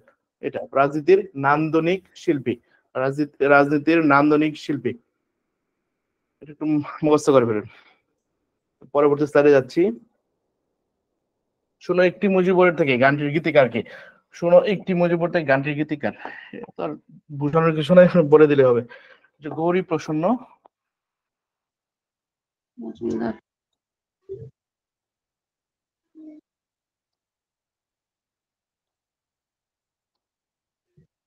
গৌরী প্রসন্ন মজুমদার, ঠিক আছে, গৌরী প্রসন্ন মজুমদার। শোনো একটি মুজিবুর থেকে গানটির গীতিকার। আচ্ছা, এগুলো ছোট ছোট প্রশ্ন তো, এগুলো আর ডিটেলস বোঝানোর মতো তেমন কিছু আছে বলে মনে হয় না। আমরা পরবর্তী দিকগুলোতে যাই, যেগুলো বুঝাইতে হবে সেগুলোতে একটু সময় দিব। মাননীয় প্রধানমন্ত্রী শেখ হাসিনা কত সালে প্রত্যেক শিক্ষার্থীর হাতে বিনামূল্যে পাঠ্যপুস্তক তুলে দেওয়ার নির্দেশনা প্রদান করেন? এদের প্রশ্ন। আচ্ছা, আপনারা একটু উত্তরটা দেন, এরপরে আমি এটা বলতেছি। 1992। কত? 1992 কার্যকর না হয় না 1993। না না না না, ওইটা হচ্ছে প্রাথমিক শিক্ষা সবার জন্য শিক্ষা বাধ্যতামূলক, ওইটা। এটা না, এখানে প্রশ্নটা দেখেন, প্রত্যেক শিক্ষার্থীর হাতে বিনামূল্যে পাঠ্যপুস্তক তুলে দেওয়ার নির্দেশনা। স্যার 2009। হ্যাঁ, তাহলে প্রশ্ন উত্তরটা হচ্ছে 2009। দেখেন, আপনি কিন্তু দুইটা তথ্যই জানেন, কিন্তু ওই যে প্রশ্ন ভালো করে পড়েন নাই, তো এই কাজটা করবেন না। প্রশ্ন একটু মনোযোগ দিয়ে পড়বেন। মাননীয় প্রধানমন্ত্রী শেখ হাসিনা কত সালে প্রত্যেক শিক্ষার্থীর হাতে বিনামূল্যে পাঠ্যপুস্তক তুলে দেওয়ার নির্দেশনা প্রদান করেন? 2009। এখন আরেকটা প্রশ্ন এটার সাথে আনুষঙ্গিক, কবে বিনামূল্যে পাঠ্যপুস্তক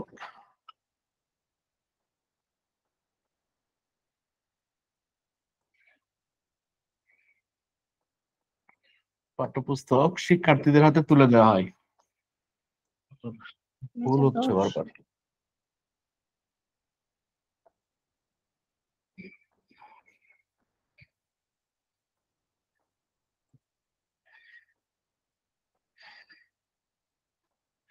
শিক্ষার্থীদের হাতে কবে তুলে দেওয়া হয় এটা ঠিক, এটার পরবর্তী বছর 2010 সালে, মনে রাখেন। তাহলে নির্দেশনা দেওয়া হয় 2009, স্বাভাবিক কথা। নির্দেশনা আগের বছর, পরের বছর থেকে তো দিবে, কার্যকর হবে, সেটা আর কি, মনে রাখেন। বিনামূল্যে পাঠ্যপুস্তক শিক্ষার্থীদের হাতে তুলে দেওয়া হয় 2010 সালে, আর হচ্ছে শিক্ষার্থীদেরকে বিনামূল্যে পাঠ্যপুস্তক দেওয়া হবে, সেটা নির্দেশনা দেওয়া হয় 2009। 2009 নির্দেশনা দেওয়া হয়। নির্দেশনা 9, যেমনি পারেন এমনি মনে রাখেন। আচ্ছা, পাঠ্যপুস্তক শিক্ষার্থীদের হাতে তুলে দেওয়া হয় হচ্ছে 2010, ঠিক আছে, মনে রাখবে না? হ্যাঁ স্যার থাকবে, 9 সালে এটা ঘোষণা করছে, 10 সালে তুলে দিয়েছে। পরবর্তীটা দেখি প্রশ্নটা। মুক্তিযুদ্ধকালে জর্জ হ্যারিসন আয়োজিত কনসার্টের নাম কি ছিল? বলেন। কনসার্ট ফর কনসার্টের বাংলাদেশ। নাম কি ছিল? Concert of Bangladesh. Concert for Bangladesh.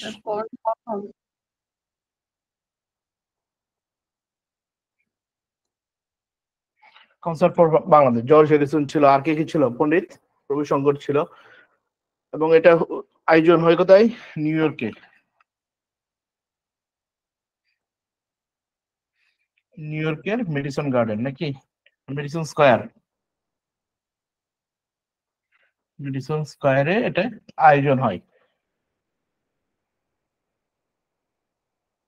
এবং এটার গানটা, বাংলাদেশ গানটা গায়কে George Harrison. Concert for Bangladesh, সেখান থেকে মুক্তিযুদ্ধের জন্য টাকা তোলা হয়েছিল।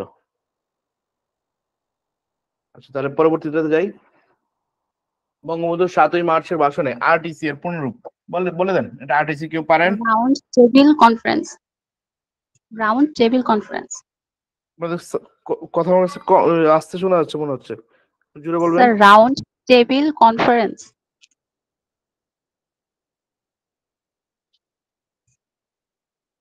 আপনারা আমার কথা কি স্পষ্ট শুনতে পাচ্ছেন? জি। জি স্যার।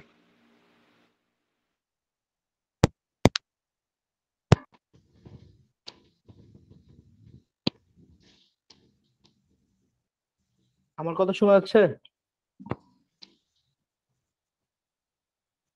জি স্যার, আপনার কথা শোনা যাচ্ছে, আমাদের কথা কি শুনতে পাচ্ছেন? আপনাদের কথা আমি খুব স্লো শুনতে পাচ্ছি, আস্তে আস্তে। এটা কারণটা কি? স্যার মাইক্রোফোনটা কি বলবো, মানে ওটা আবার রিকানেক্ট করেন স্যার।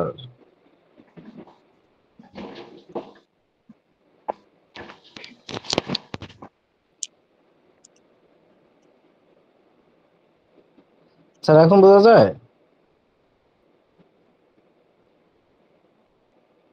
হ্যালো?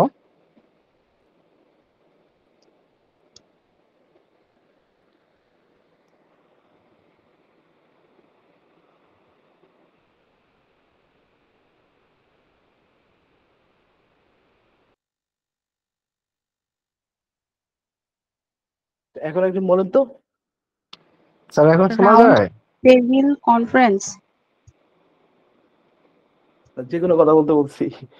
আচ্ছা, আরটিসিটা হচ্ছে কি বলে দেই। রাউন্ড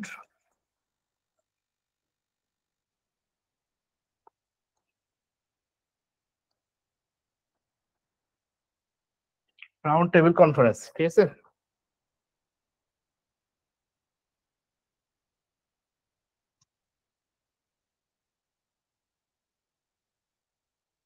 এই রাউন্ড টেবিল কনফারেন্স এটা কোথায় উল্লেখ করা হয়? এই কথাটা কখন বলা হয় বলেন তো?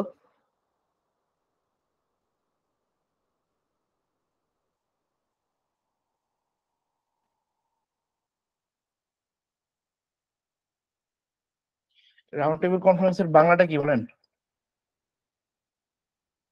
গোল গোল বৈঠক। টেবিল বৈঠক। আচ্ছা, আপনাদের কথা আমি শুনতে পাচ্ছি না, বুঝছেন? আপনারা যদি কেউ কথা বলেন বুঝতে পারবো না, আমি এটা মাইক্রোফোন খুলে নেই।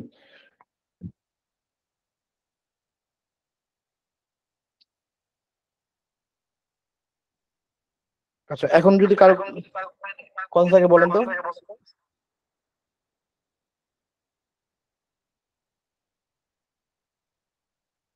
জি না স্যার, আপনি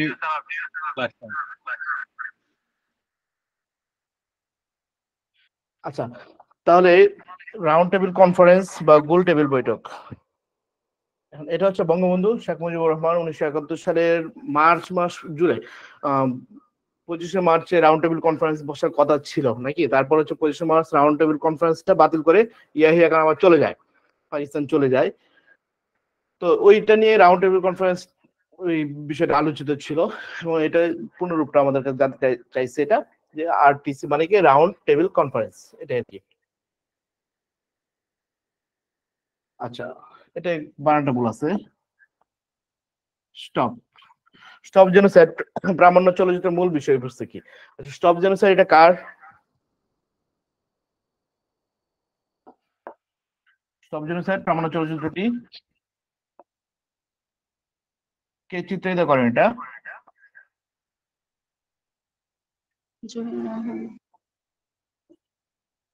জহির রায়হানের, তাই না? এবং এর মূল বিষয়বস্তু হচ্ছে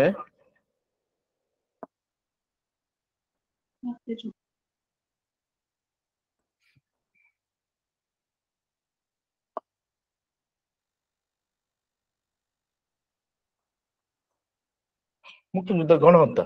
মূল বিষয়বস্তু যদি বলে তাহলে মুক্তিযুদ্ধের গণহত্যাকে তুলে ধরা।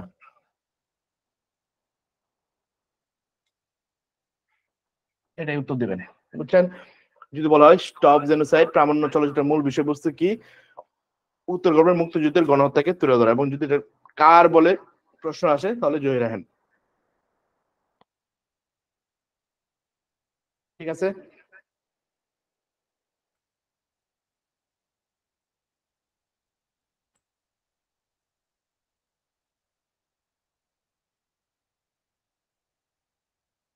আচ্ছা, এরপরটাতে আমরা যাচ্ছি 71 দিনগুলি কার রচিত? এটা বারবার অনেকবার পড়ানো হয়েছে, এটা জাহানারা ইমাম। জাহানারা ইমাম, ঠিক আছে? এটা নিয়ে আর কথা বলার দরকার নেই। স্বাধীন বাংলা বেতার কেন্দ্রের জনপ্রিয় অনুষ্ঠান কোনটা ছিল বলেন? একটা নামে মনে রাখেন, চরমপত্র। আমার আক্তার মুকুলের চরমপত্র।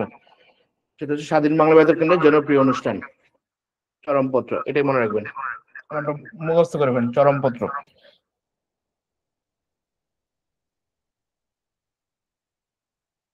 আচ্ছা, এটা একটা সাম্প্রতিক বিষয় থেকে একটা প্রশ্ন। সকল ক্ষেত্রে সঠিক কাজ সম্পাদনের জন্য প্রয়োজন সৃজনশীল ও মেধাবী নেতৃত্ব, প্রয়োজন সৃষ্টিশীল মেধাবী মানুষ। কথাটি বলেছেন কে? এটা কে বলছেন? শেখ হাসিনা। কে বলছেন? শেখ হাসিনা। হ্যাঁ,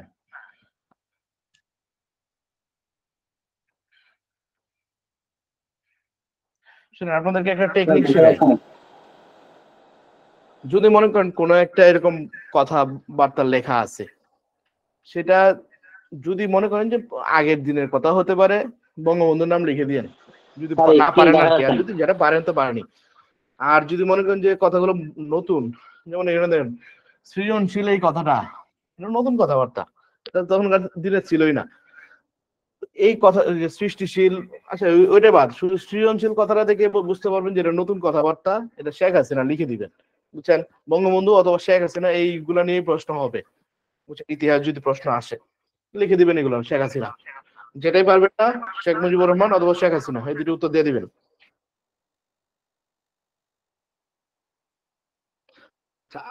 শেখ রাসেলকে নিয়ে শেখ হাসিনার লেখা বই কোনটি? ছোট রাসেল সোনা। আরেকবার বলেন। ছোট রাসেল সোনা। আপু এটা লিখিত পরীক্ষা, ভালো করে পুরো বইটার নামটা বলতে হবে। আমাদের কথাটা আছে, আমাদের স্যার আপনাকে দেখা যাচ্ছে না। ছোট রাসেল সোনা। কত কিছু মনে রাখতে হবে, এটা মনে রাখার দরকার, এই আর কি। মনে রাখবেন আমাদের ছোট রাসেল সোনা, চারটা। আমাদের ছোট রাসেল সোনা, এটা হচ্ছে শেখ রাসেলকে নিয়ে শেখ হাসিনার লেখা বই। আচ্ছা, মুজিবনগর সরকার চলে আসছে। মুজিবনগর সরকারের অর্থমন্ত্রী কে ছিলেন? অর্থমন্ত্রী, অর্থমন্ত্রী আছে মানে কি মানি আছে না? মানি আছে মানে মনে করেন মনসুর, এম মনসুর আলী।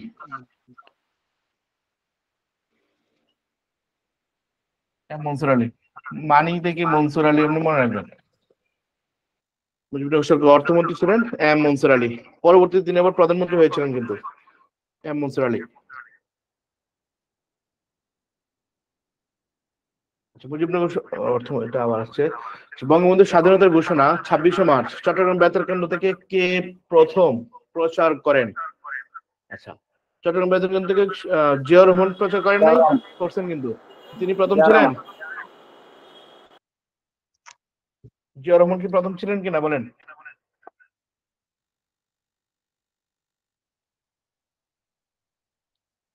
স্যার আমরা আগে পড়ছিলাম জিয়াউর রহমান, এখন নতুন আরেকটা কি জানি। এখন নতুন আরেকটা, ইতিহাস কি নতুন হয়? শুনেন, 26শে মার্চ যখন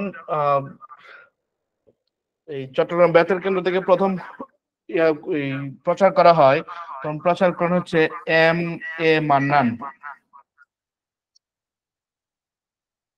তখনকার চট্টগ্রাম আওয়ামী লীগের সাধারণ সম্পাদক, বুঝছেন? চট্টগ্রাম আওয়ামী লীগের সাধারণ সম্পাদক তিনি ছিলেন।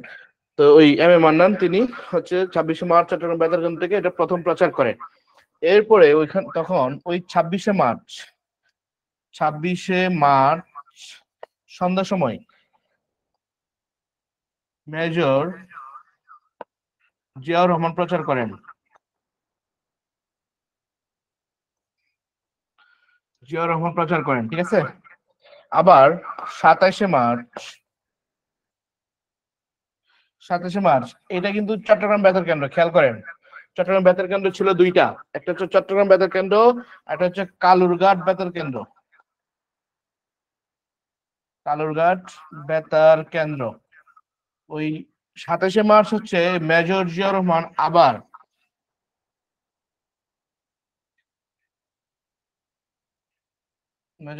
পুনরায় এই কালুরঘাট বেতার কেন্দ্র থেকে তিনি আবার এটার প্রচার করেন। আমার কথাটা কি বুঝতে পারছেন আপনারা?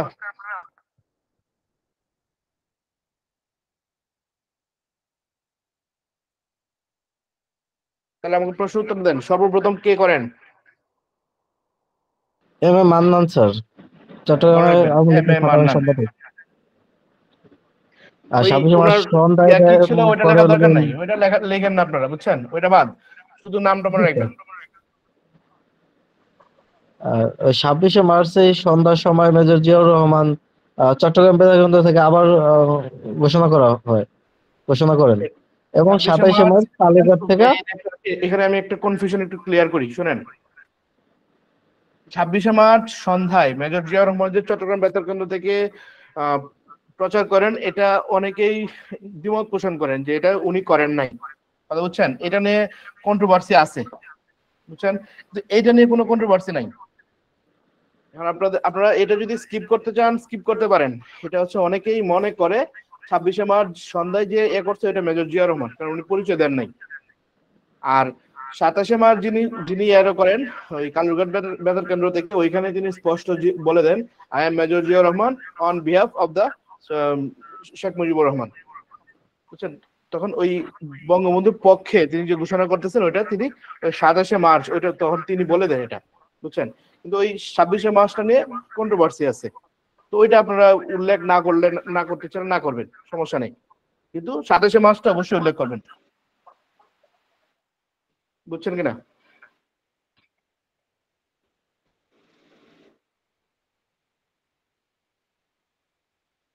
তাহলে এটা নিয়ে আর কোনো সমস্যা আছে? নাই স্যার, সমস্যা। আচ্ছা, তাহলে পরবর্তীতে যাচ্ছি। ভাষা আন্দোলন পূর্ব বাংলায় কোন ভাবাদর্শ ছড়িয়ে দেয় বলেন? বাঙালি জাতীয়তাবাদ। ধন্যবাদ। ওই ভাষা আন্দোলন দেখে বাঙালি জাতীয়তাবাদ, আমরা যে একটা জাতি সেটি আমরা নিজেদেরকে চিনতে পারি। কারণ এর আগ পর্যন্ত বাংলা ভাষা নিয়ে কিন্তু কেউ কোনো কথা বলে নাই, ঠিক আছে? বা মানে আমরা যে বাঙালি জাতির যে আলাদা একটা সত্তা আছে ওইগুলো নিয়ে কিন্তু কেউ চিন্তা ভাবনা করে নাই। কিন্তু যখন আমাদের ভাষার উপরে আমাদের যখন আঘাত আসলো, তখনই আমরা মনে করলাম কি না, আমরা তো কিছু মানুষ নাকি, আমাদের তো একটা জাতীয়তা আছে, তখন ওইটা সর্বপ্রথম ওইটা বুঝতে পারি আমরা। তো ওই ভাষা আন্দোলন থেকেই পূর্ব বাংলায় বাঙালি জাতীয়তাবাদ এই ভাবাদর্শটা, এই মতবাদটা এটা ছড়িয়ে পড়ে। এটাই বাঙালি জাতীয়তাবাদ, কথা মনে রাখেন। মুজিবনগর সরকারের ত্রাণ ও পুনর্বাসন মন্ত্রী কে ছিলেন? আচ্ছা, এখানে হচ্ছে সব সম্পূর্ণ মুজিবনগর সরকারটা আমি একটু লিখে দিচ্ছি, লিখে দিছিলাম একবার, মনে কেউ কেউ ওই ক্লাসটা করছিলেন কিনা? জি স্যার, লিখে দিছিলেন। আমার লেখা দরকার আছে? স্যার আমরা করি না এই ক্লাসটা স্যার, একটু দেখায় আচ্ছা, দাও। তাহলে আমি একটু লিখে দিই আপনাদের জন্য। জি স্যার। যারা করছিলেন তারা একটু সহ্য করে ফেলেন, বা আবার রিভাইস হয়ে যাবে। মুজিবনগর সরকারের সর্বপ্রথম লিখি, রাষ্ট্রপতি কে ছিলেন বলেন? মুজিবুর রহমান। বঙ্গবন্ধু শেখ মুজিবুর রহমান, ঠিক আছে।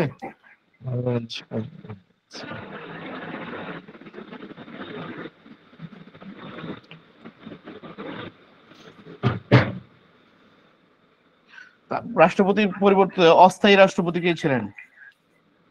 তাজউদ্দিন আহমেদ। তাজউদ্দিন আহমেদ কে বললেন?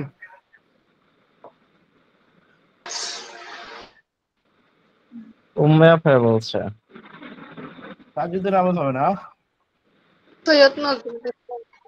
হ্যাঁ না,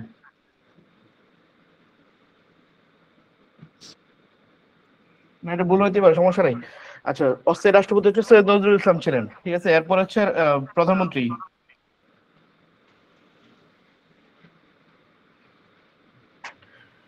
আপনারা এখান থেকে কেউ 41 বিসিএস দিচ্ছেন?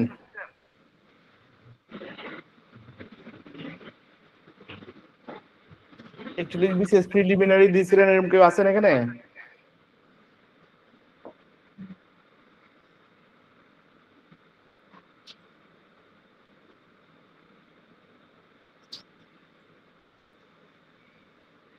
আচ্ছা, এটা কেন বললাম দেখেন, প্রধানমন্ত্রী তাজউদ্দিন আহমেদ আছে না, এটার সাথে ওই 41 বিসিএস একটা প্রশ্ন করছিল তারা, যে অর্থ বিষয়ক পরিকল্পনা মন্ত্রী, অর্থ বিষয়ক পরিকল্পনা মন্ত্রী কে?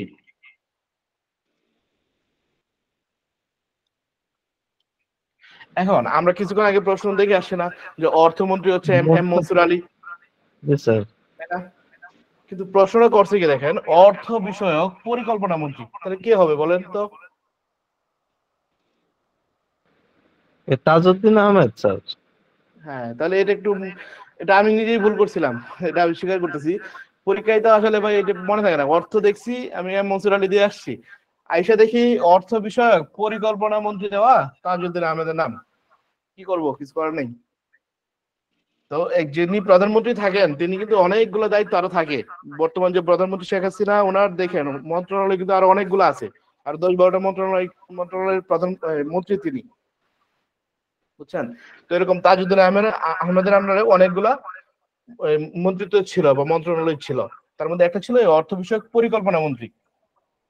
প্রধানমন্ত্রী তো ছিলেন, প্রতিরক্ষা ছিল, এগুলো তার আন্ডারে ছিল। আচ্ছা, গেল। তারপর হচ্ছে অর্থমন্ত্রী, এখানে লিখে দিই আবার, এম মনসুর আলী।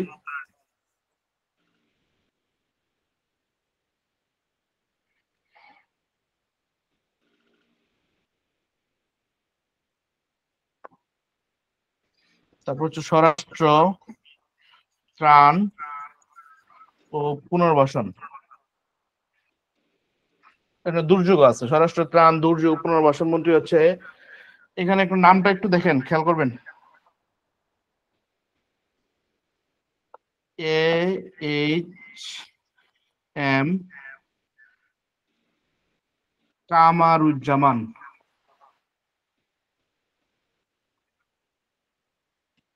শুনুন, সবাই কিন্তু এটা কামরুজ্জামান লেখে, একটু খেয়াল রাখবেন, কামরুজ্জামান না, না উনি কিন্তু নিজে নামটা লিখতেন কামারুজ্জামান, বুঝছেন? তো নামটা সবাই লিখবেন কামারুজ্জামান, কামরুজ্জামান লিখেন না, রিটেন পরীক্ষা কেটে দিবে। AHM মানে আবুল হাসনাত মোহাম্মদ কামরুজ্জামান, AHM লিখেন, উনি AHM এভাবেই লিখতেন, AHM কামারুজ্জামান, কামরুজ্জামান না কিন্তু, ঠিক আছে? একটু মনে রাখেন এটা।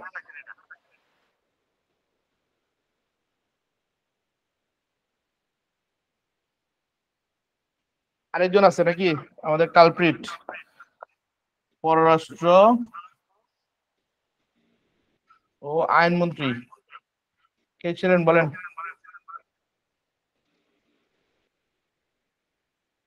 তার নামটা বললেন তো।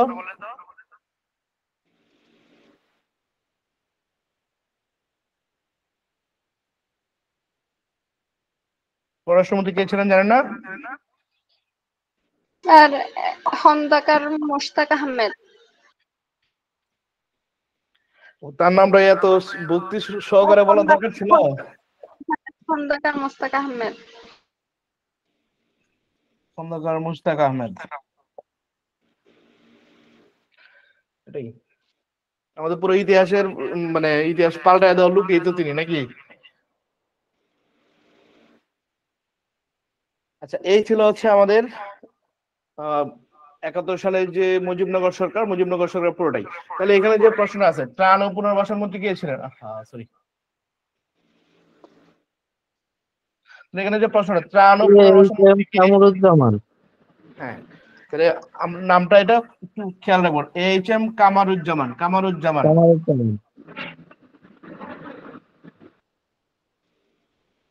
ঠিক আছে, এটা একটু স্ক্রিনশট দিয়ে নেন।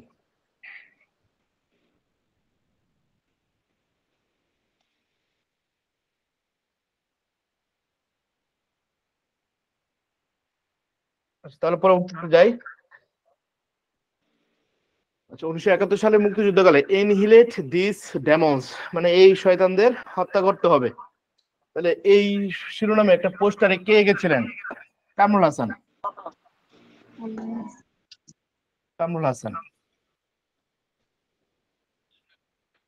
এটা একটা পোস্টার তিনি এঁকেছিলেন, ওই যে একটা ওই জানোয়ারদের হত্যা করতে হবে একটা ছিল না, এটা কামরুল হাসান।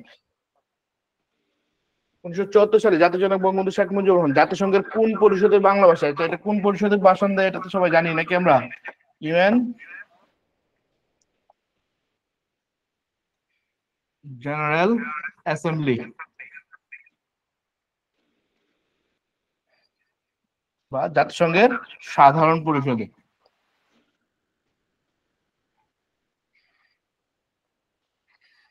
যে যেভাবে লেখেন, বাংলাতে লেখেন, ইংলিশে লেখেন, সমস্যা নেই। বাংলা প্রশ্ন করলে বাংলায় লেখেন। তাহলে জাতিসংঘের সাধারণ পরিষদে হচ্ছে গিয়ে বাংলা ভাষায় বক্তৃতা প্রদান করেছেন সাধারণ পরিষদে। আত্মজীবনীমূলক গ্রন্থের নাম আর লিখবো না, এটা অনেক লিখছি। মুক্তিযুদ্ধ জাদুঘর কবে প্রতিষ্ঠিত হয়? তাহলে মুক্তিযুদ্ধ জাদুঘর কবে প্রতিষ্ঠিত হয় কে বলতে পারবেন? সালটা লিখে দিই, তারিখ বলেন। 1996। 1996, তারিখ বলেন।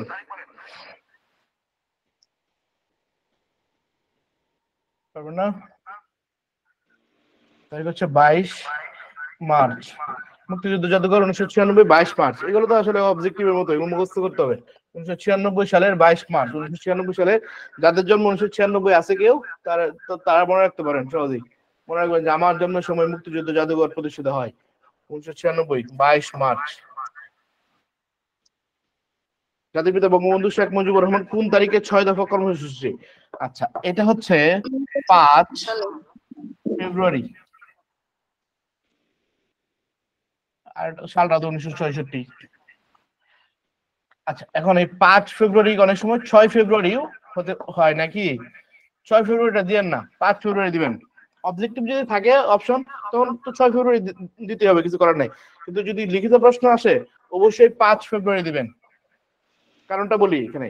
5 ফেব্রুয়ারি হচ্ছে শেখ মুজিবুর রহমান এই কর্মসূচি ঘোষণা করে দেন। ঘোষণা করার পরে হয় কি, ওই 5 ফেব্রুয়ারি রাতে সংবাদপত্রে সবাই বঙ্গবন্ধুকে ওই কি বলে যে বিচ্ছিন্নতাবাদী বলে তার আখ্যা দিতে থাকে। পাকিস্তানের যে যত পেপার আছে সব পেপারই বিচ্ছিন্নতাবাদী বলে আখ্যায়িত করতে থাকে। এরপরে 6 তারিখে, আচ্ছা আর একটু বলে নেই, উনি তো এটা করছে লাহোরে না? লাহোরে গিয়ে যখন বিরোধীদের যে সম্মেলন হয় বিরোধী দলে, ওই বিরোধী দলের সম্মেলনে 5 ফেব্রুয়ারি তিনি ওটা উত্থাপন করেন। তারপর তখন পাকিস্তানের সমস্ত পত্রিকায় হচ্ছে ওনাকে বিচ্ছিন্নতাবাদী বলে ঘোষণা করতে থাকে। ওইটার জন্য তিনি 6 তারিখ ওই সম্মেলনে জানেই নাই। কথা বুঝতে পারছেন?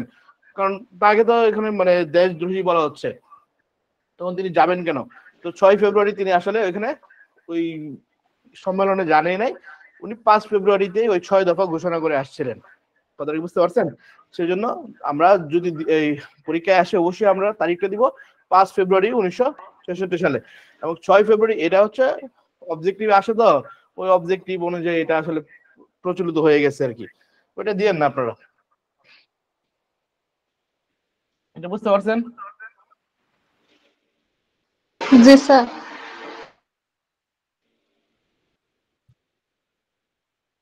বাংলাদেশের প্রথম অস্থায়ী সরকার বা এটার নাম হচ্ছে প্রবাসী সরকার অথবা মুজিবনগর সরকার, একই কথা। মুজিবনগর সরকার। তাহলে এই সরকার গঠিত হয় কবে? 10 এপ্রিল। জানি না আমরা 10 এপ্রিল 1971 সালে। এবং এটা শপথ গ্রহণ করে 7 দিন পর গঠিত হয়। 10 এপ্রিল 1971, শপথ গ্রহণ 17 এপ্রিল। স্যার এই সরকার গঠিত হয় কি ভারতে? এই সরকার গঠিত হয় কি ভারতে? আবার হ্যাঁ, এটা নিয়ে আমি বলছিলাম তো মনে হয় আপনাদেরকে, ভুলে গেছেন? ওই ক্লাসটা করেন নাই তো। আবার বলবো বিস্তারিত এটার? স্যার একটু ভালো হতো। আচ্ছা শুনেন, 10 এপ্রিল 1971 যখন এই মুজিবনগর সরকার গঠিত হয়, খেয়াল করবেন ম্যাক্সিমাম বইয়ে হচ্ছে এক বই থেকে অন্য বই ফটোকপি করে, মানে ছাপাই হচ্ছে এক বই থেকে অন্য বই, বুঝছেন? প্রফেসর বা ওরাকল প্রথমে লিখতো, তো এরপরে বাকি যত বই সব ওই বইয়ের ফটোকপি। কাজটা হয় হচ্ছে 10 এপ্রিল, কিন্তু মুজিবনগরের সরকার গঠিত হয় নাই। বারবার বলতেছি শুনেন, 10 এপ্রিল যে সরকারটা গঠিত হয় সেই সরকার গঠিত হয় হচ্ছে ভারতের আগরতলায়। ভারতের যে ত্রিপুরা রাজ্য আছে না, ম্যাপটা তো বাংলাদেশের এরকমই তো। এই দেখেন ত্রিপুরাটা এখানে, এখানে ত্রিপুরা, আর এখানে হচ্ছে মুজিবনগর, এই যে কুষ্টিয়া, বুঝছেন? তাইলে মেহেরপুর, মেহেরপুর বা কুষ্টিয়া যাই বলেন, আর হচ্ছে মুজিবনগর আর কি, এখানে এখানে মুজিবনগর, মুজিবনগর দেখা যাচ্ছে। জি স্যার সাইডে হয়ে গেছে, আচ্ছা আমি মুছে এদিকে লিখতেছি।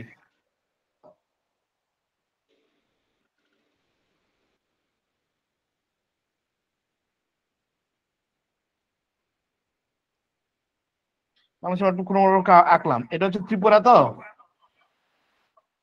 ত্রিপুরা রাজধানী হচ্ছে এখানে হচ্ছে আগরতলা। আগরতলাটা একেবারে বাংলাদেশের সীমান্তে, কুমিল্লা বা ব্রাহ্মণবাড়িয়ার ওইদিকে যদি আপনারা কেউ যান তাহলে দেখবেন ওই সীমান্তে, একেবারে ওই সীমান্ত পার হয়ে আগরতলা, আগরতলা। আর এখানে বাংলাদেশের যে মেহেরপুর সীমান্ত হচ্ছে এই পাশে। খেয়াল করেন দুইটাই কিন্তু একেবারে বাংলাদেশের বর্ডারে কিন্তু সরকার গঠনটা হয়। তাহলে সরকার গঠন 10 এপ্রিল গঠিত হয় এখানে, বুঝছেন? 10 এপ্রিল 1971 গঠিত হয় সরকারটা এখানে। তখন সরকারে কোনো নাম দেওয়া হয় নাই, ক্লিয়ার কথাটা? ওই 10 এপ্রিল যখন সরকার গঠিত হয়, আচ্ছা আমরা এখন যে সরকার গঠিত হয়, সরকার যখন ইলেকশন হয় মনে করেন, ওই ইলেকশনের পরে সঙ্গে সঙ্গে কি ইয়ে হয়ে যায়, ওই শপথ গ্রহণ হয়, কয়েকদিন পরেই তো হয়। ঠিক এরকমই হয়েছিল তখনও। 10 এপ্রিল যখন সরকারটা গঠিত হয়, এরপর ওই সরকারের শপথ গ্রহণ অনুষ্ঠান দেয় 7 দিন পরে, 17 তারিখ।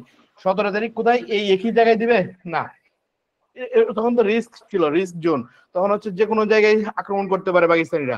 তখন করে কি, একেবারে সীমান্তে ভারতের সীমান্তের সাথে লাগানো মেহেরপুরের যে মুজিবনগর, তখন ছিল বৈদ্যনাথ তলা, এবং ওই জায়গাটা ছিল আম্রকানন। আম্রকানন মানে হচ্ছে আমবাগান, আমবাগানের নিচে। ওইটা আমবাগানের নিচে হওয়ার কারণটা ছিল হচ্ছে যাতে করে হেলিকপ্টার উঠলে যাতে নিচে দেখা না যায়, বুঝছেন? সেই জন্য একটা নীরব স্পেস তারা বেছে নিয়েছিল, ওই মুজিবনগর। এবং এইখানে হচ্ছে 17 তারিখ, 17 এপ্রিল হচ্ছে ওই শপথ গ্রহণ অনুষ্ঠানটা হয়, বুঝতে পারছেন? যে মন্ত্রী প্রধানমন্ত্রী ওইটা নির্বাচিত হয় সব 10 তারিখ, 10 এপ্রিলে, কিন্তু তারা শপথ গ্রহণ করে এখানে হচ্ছে শপথ গ্রহণ করে 17 এপ্রিল। এবং শপথ গ্রহণের সময় নাম দেয় হচ্ছে মুজিবনগর সরকার, মুজিবনগর সরকার। সেই জন্যই আমরা বলি মুজিবনগর সরকার গঠিত হয় কোথায়, গঠিত হয় 10 এপ্রিল। এখন এই জন্যই আমরা সবাই মনে করি মুজিবনগর সরকার গঠিত হয়েছে এখানে, আবার 7 দিন পরে শপথ না। একই জায়গায় যদি হইতো 7 দিনে এই খবর পাকিস্তানিদের কাছে চলে যাইতো, তারা এখানে হামলা করতো। এক জায়গায় দুই কাজ করা, মানে দুইটা অনুষ্ঠান করার সুযোগই তখন ছিল না, বুঝছেন? তখন 10 তারিখ হচ্ছে এখানে গঠিত হওয়ার পরে 7 দিন পর ঠিক অন্য উল্টো দিকে এখানে হচ্ছে কি শপথ গ্রহণ অনুষ্ঠানটা হয়, বুঝতে পারছেন?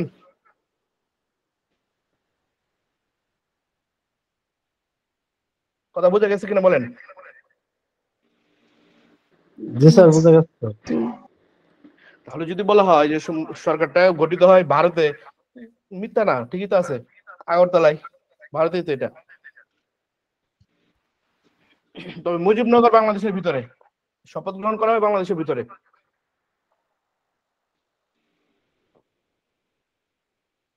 ঠিক আছে, তাহলে অস্থায়ী সরকার গঠিত হয় 10 এপ্রিল 1971 গেল। এটা এরপরটা যাই। 1971 সালে 7 মার্চ বঙ্গবন্ধু কোথায় ভাষণ দিয়েছেন সবাই পারেন আপনারা?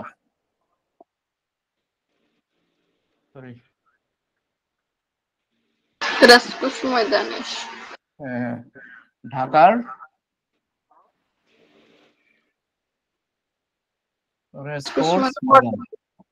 সোহরাওয়ার্দী উদ্যান। কি বলেন? বর্তমান নামও চায় অনেক সময়। হ্যাঁ, বর্তমান নাম দিয়ে দিবেন। বর্তমান নাম তো এখানে গেছেনই, সোহরাওয়ার্দী উদ্যান জান নাই ঢাকায়? গেছি স্যার। বর্তমান নাম দিয়ে দিবেন।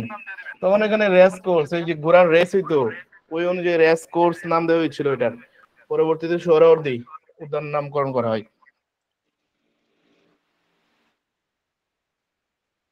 আচ্ছা, বাংলাদেশ স্বাধীনতা যুদ্ধের সময় সোভিয়েত ইউনিয়নের প্রেসিডেন্ট ছিলেন কে বলেন?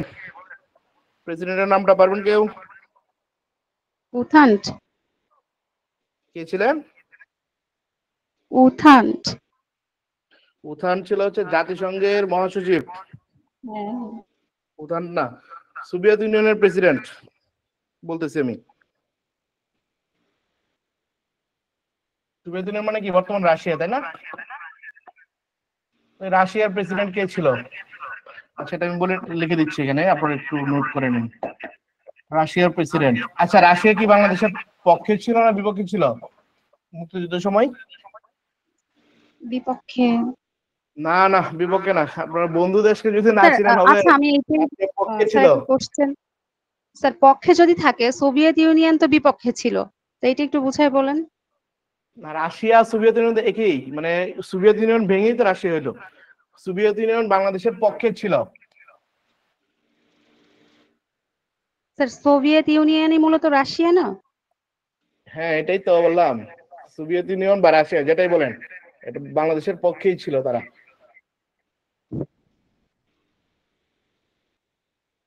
বিপক্ষে ছিল কারা? বিপক্ষে ছিল, প্রশ্ন মনে হয় এখানে আছে, বিপক্ষে ছিল চীন আমেরিকা, বিপক্ষে ছিল, বুঝছেন, রাশিয়া না। সোভিয়েত ইউনিয়ন বাংলাদেশের পক্ষে ভেটো দিয়েছিল, বুঝছেন।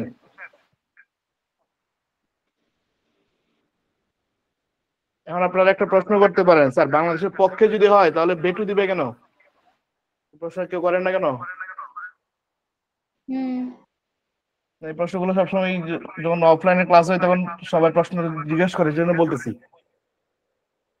বলবো এটা আপনাদেরকে, নাকি জানা দরকার নাই? অবশ্যই আছে স্যার, বলেন। আচ্ছা আমি বলি, ভেটো শব্দ অর্থ কি? আমি মানি না, তাই তো? এটা হচ্ছে এখন ওই যখন জাতিসংঘে ওই আমেরিকা প্রস্তাব পেশ করে যে পাকিস্তান সঙ্গে বাংলাদেশ এখন যুদ্ধবিরতি করবে, পাকিস্তান যুদ্ধবিরতি করতে চায়, বুঝছেন, তখন হচ্ছে রাশিয়া ভেটো দেয়। কি জন্য ভেটো দেয়?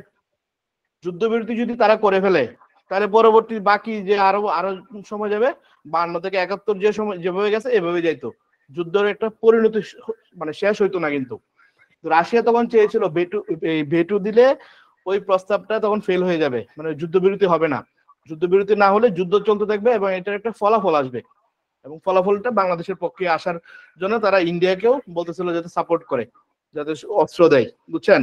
সেই জন্য হচ্ছে তারা ভেটো দেয়, ভেটোটা এটা বাংলাদেশের পক্ষেই ছিল, বুঝতে পারছেন। ভেটো যদি না দিত তাহলে কিন্তু যুদ্ধ যুদ্ধ তখন বন্ধ হয়ে যেত, যুদ্ধ বন্ধ হয়ে গেলে আমরা আবার ওই পাকিস্তানের অধীনেই চলে যেতাম, বুঝছেন, সেই জন্য আর কি।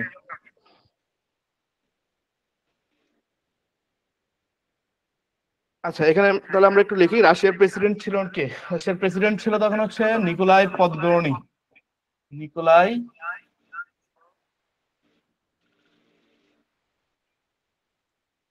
পদগর্নি, এটা হচ্ছে রাশিয়া, তিনি ছিলেন রাশিয়ার প্রেসিডেন্ট। তারপর রাশিয়ার প্রধানমন্ত্রী ছিল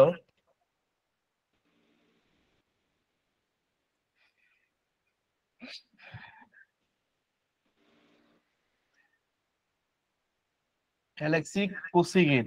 কোসিগিন,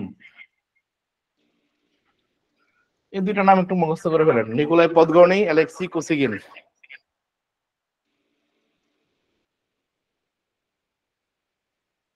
এখন আপনারা বলেন, রাশিয়া কি বাংলাদেশের পক্ষে ছিল না বিপক্ষে ছিল? পক্ষে ছিল। আর বিপক্ষে কারা ছিল? চীন, আমেরিকা। আমেরিকা ছিল, আর চীন ছিল। চীন। হ্যাঁ, চীন এবং আমেরিকা আর বিরুদ্ধে ছিল, আর রাশিয়া তারা পক্ষে ছিল, ঠিক আছে। এই জন্য রাশিয়ার প্রেসিডেন্টের নাম মনে রাখেন নিকোলাই পদগর্নি।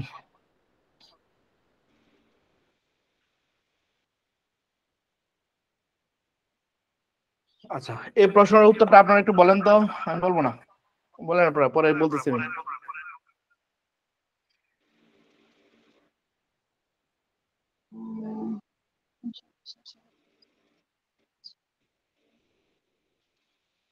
অপারেশন সাহসটা 25শে মার্চ নাকি? অপারেশন সানসেট পরিচালনার মূল দায়িত্ব কে ছিলেন বলেন?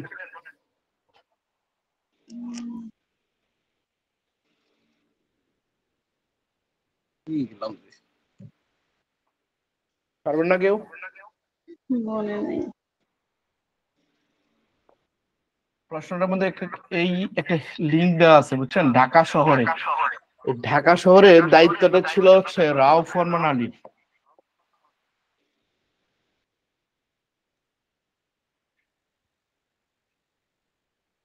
রাও ফরমান আলী টিকা খান সাথে ভেজাল লাগাই নেয়। ঢাকা শহরে যদি বলা হয়, ঢাকা শহরে এটার মূল দায়িত্ব কে ছিলেন? মূল দায়িত্ব ছিলেন অবশ্যই রাও ফরমান আলী। ঠিক আছে, ঢাকা শহরে মূল দায়িত্ব পরিচালনার মূল দায়িত্ব ছিল কার উপর? রাও ফরমান আলী।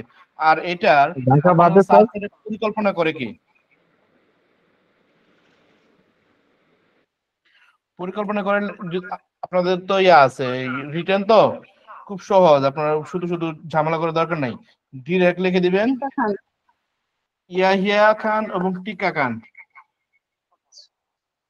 ইয়াহিয়া খান ও টিকা খান দুইজনে মিলেই করে বুঝছেন, দুজনে মিলেই কিন্তু পরিকল্পনাটা করে, কিন্তু অবজেক্টিভ পরীক্ষায় কি করে মানে আমাদেরকে দ্বিধাদ্বন্দ্বে ফেলে আর কি। ইয়াহিয়া খানও দিয়ে দেয় অপশনে, টিকা খানও দিয়ে দেয়, কারে দিব দরকার নাই, রিটেন পরীক্ষা আমরা দুইজনের নামে দিব, ইয়াহিয়া খান এবং টিকা খান বুঝছেন। সমস্ত পরিকল্পনা দুইজনের, কিন্তু ঢাকা শহরে হচ্ছে রাও ফরমান আলী। স্যার ঢাকা উল্লেখ না থাকলে স্যার অন্য জায়গায় ঢাকার বাইরে ছিল হচ্ছে খাদিম হোসেন রাজা।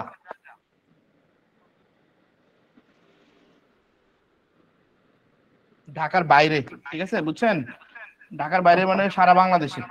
জি স্যার 1971 সালে অপারেশন সার্চলাইট পরিচালনার মূল দায়িত্বে ছিলেন হলো খাদিম হোসেন রাজা। না না না না, মূল দায়িত্ব না, ঢাকা মূল দায়িত্ব বলো ওই রাও ফরমান আলী। যদি এরকম বলা যায় ঢাকার বাইরে, স্পষ্ট উল্লেখ থাকতে হবে ঢাকার বাইরে, তখন খাদিম হোসেন রাজা। স্যার আমি বলছি যদি ধরেন ঢাকা শহরটা এই জায়গায় উল্লেখ না থাকে আর সব ঠিক থাকে, তাহলে আমরা কি রাও ফরমান পরিচালনার মূল দায়িত্ব? জি স্যার টিকা খান হয়ে যাবে উত্তর, বুঝছেন। স্যার টিকা খান হবে, তখন টিকা খান হয়ে যাবে না, অপারেশন সার্চলাইট পরিচালনার সম্পূর্ণ পরিচালনা হচ্ছে টিকা খান, বুঝছেন। এখন ওই টিকা খান পরে ভাগ করে দিছে দুইজনকে, ঢাকা শহরে রাও ফরমান আলী, ঢাকার বাইরে খাদিম হোসেন রাজা, বুঝতে পারছেন এখন? জি স্যার। ঢাকা শহরে বললে রাও ফরমান আলী, আর যদি বলে ঢাকার বাইরে কে? খাদিম হোসেন রাজা। ঢাকা শহর নাই, কোনো কিছুই নাই, সমগ্র বাংলাদেশ টিকা খান, বুঝছেন।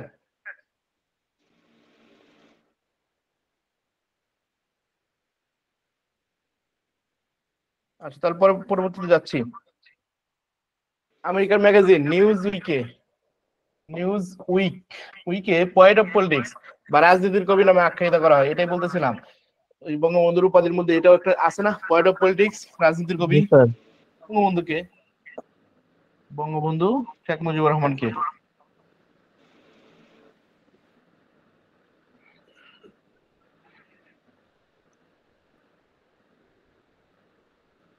প্রশ্ন উল্টা হতে পারে, বঙ্গবন্ধু শেখ মুজিবুর রহমানকে নিউজ উইক কি উপাধি দেয় বা কি নামে আখ্যায়িত করে, তখন আমাদের দিতে হবে কি পয়েন্ট অফ পলিটিক্স অথবা রাজনীতির কবি, এটা দিতে হবে। প্রশ্নটা উল্টা হতে পারে বুঝছেন, মানে এত এইভাবে প্রশ্ন সাধারণত করবে না যে মানে কাকে করা হয় পয়েন্ট অফ পলিটিক্স, এটা সবাই জানি বঙ্গবন্ধুকে, কিন্তু প্রশ্ন উল্টা হওয়াটাই আমার মনে হয় স্ট্যান্ডার্ড হবে আর কি, যে বঙ্গবন্ধু শেখ মুজিবুর রহমানকে নিউজ উইক কোন নামে কি নামে আখ্যায়িত করে, তখন উত্তর হবে এটা পয়েন্ট অফ পলিটিক্স বা রাজনীতির কবি। ঠিক আছে, তাহলে পরেরটা এই যে দেখেন, আগের প্রশ্নটার এখন বিপরীত প্রশ্ন চলে আসছে। মুক্তিযুদ্ধের সময় বাংলাদেশ স্বাধীনতা লাভের বিরোধিতা করেছিল জাতিসংঘের নিরাপত্তা পরিষদের কোন দুটি স্থায়ী রাষ্ট্র? কোন দুটি স্থায়ী রাষ্ট্র হবে এখানে? চীন, আমেরিকা যুক্তরাষ্ট্র।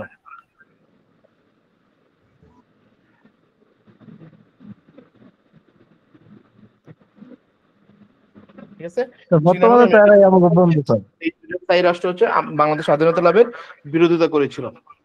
স্যার বর্তমানে যারা বন্ধু, বুঝি না, আর বলেন। স্যার বর্তমানে তো এরা আমাদের বন্ধু এখন। এটাই তো, এখন তো আমাদের বন্ধু। বন্ধু হইলে কি ওরা কি স্বার্থ ছাড়া বন্ধু? স্যার আমরা তো দেখতেছি স্বার্থ ছাড়াই মনে হয়, খালি চোখে কাকে দেখতেছি মনে স্যার। করতেছেন, চীনকে না আমেরিকাকে? তো চীনকে বেশি, তারপরে আমেরিকাকে। চীনকে বেশি? জি স্যার। চীন শ্রীলঙ্কার কি করছে দেখেন নাই? জানি তো স্যার, কিন্তু তারপরেও তো আমাদের বন্ধু বানায় নিছি স্যার। তো বাংলাদেশে তাদের যে পরিমাণ হিউজ ইনভেস্টমেন্ট, তো তাতে তো আমরা মনে করতেছি বন্ধু, তারা তো এটা ব্যবসায়িক স্বার্থে আসতেছে ভাই। তারা কি একটা টাকা আপনাকে কি ফ্রি দিচ্ছে? জি না স্যার, তো তারা আরো তাদের আমাদের থেকে হচ্ছে টিউশন নিতে আছে বাংলাদেশে স্যার। হিউজ ইনভেস্টমেন্ট, হিউজ স্বার্থ তাদের। পুরো ওই বঙ্গোপসাগরকে ক্যাপচার করতে পারে তারা, বাংলাদেশকে যদি সাথে পায়। এবং চীন ভারতের বিরুদ্ধে, এটা তো জানেন নাকি? জি স্যার। জিও পলিটিক্স খুবই মানে প্রবল এখানে। বাংলাদেশে যদি চীন কোনোভাবে মানে ক্যাপচার করতে পারে বা তাদের সাথে পায়, তাহলে ভারতকে তো তারা উপযুক্ত শাস্তি দিবে বলতে গেলে। তো চীন একেবারে বাংলাদেশের সঙ্গে চাচ্ছে, সেই জন্য মনে করতেছেন আপনি আপনার বন্ধু। যুক্তরাষ্ট্র চাচ্ছে স্যার। যুক্তরাষ্ট্র তো, এই যে যুক্তরাষ্ট্র তো সবার বন্ধু, বুঝছেন? ইয়া বলছিল না ফিদেল ক্যাস্ট্রো, যে যুক্তরাষ্ট্র যার বন্ধু তার কোনো শত্রুর অভাব নাই। শত্রুর প্রয়োজন নাই স্যার। শত্রুর প্রয়োজন নাই, হ্যাঁ, কারণ সে নিজে শত্রু। জি সে স্যার। নিজে আপনার দেশে ভাঙন ধরাবে। আচ্ছা ভাই, এইগুলো বললে সারা রাত শেষ হয়ে যাবে, পরেরটা যাই। হ্যাঁ, জি স্যার। স্বাধীনতা যুদ্ধে অবদান রাখার জন্য কতজন মহিলাকে বীর প্রতীক উপাধিতে ভূষিত করা হয়? 2 জনকে, জানি না। জি স্যার। কে কে বলেন, নাম বলেন। একদম সেতারা। সেতারা বেগম আর তারা বেগম। তারামন বিবি। ও তারামন বিবি। তারা কে কে কোন সেক্টরে ছিল? স্যার তারামন ছিল 11 সেক্টরে, 11 নং। 11 নং। সেতারা ছিল সেতারা বেগম 2। ঠিক আছে, এটাই, এখান থেকে আসলে এগুলোই আসবে। অসমাপ্ত আত্মজীবনী গ্রন্থের রচিত কি? খুব কঠিন প্রশ্ন। Sheikh Mujibur Rahman sir, Bangabandhu Sheikh Mujibur Rahman sir. লেখা লাগবে না, এটা লেখা দরকার নেই, লেখা লাগবে না স্যার। সারা ক্লাস এটা নিয়ে বুক পড়াইলাম। এখন বলেন এটা। স্যার এটা ইয়াহিয়া খান বা টিক্কা খান স্যার। আমাদের শেষ প্রশ্ন আজকে। স্যার ইয়াহিয়া খান বা টিক্কা খান। ধন্যবাদ আপনাকে।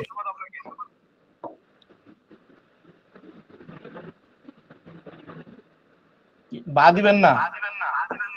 ও টিক্কা খান, জি স্যার।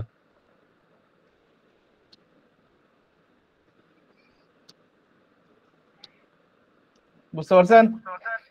জি স্যার। এই পর্যন্তই ছিল। এখন যে প্রশ্নগুলো আছে, এই প্রশ্নগুলা সবগুলো আপনারা আরেকবার একটু দেখে নিন। আশা করি এর বাইরে মুক্তিযুদ্ধ তো কাভার হয়ে গেছে মোটামুটি, এর সাথে বঙ্গবন্ধু প্রায় কাভার হয়ে গেল। তো এই হচ্ছে আজকে যে ক্লাসটার, আমাদের যে লেকচার।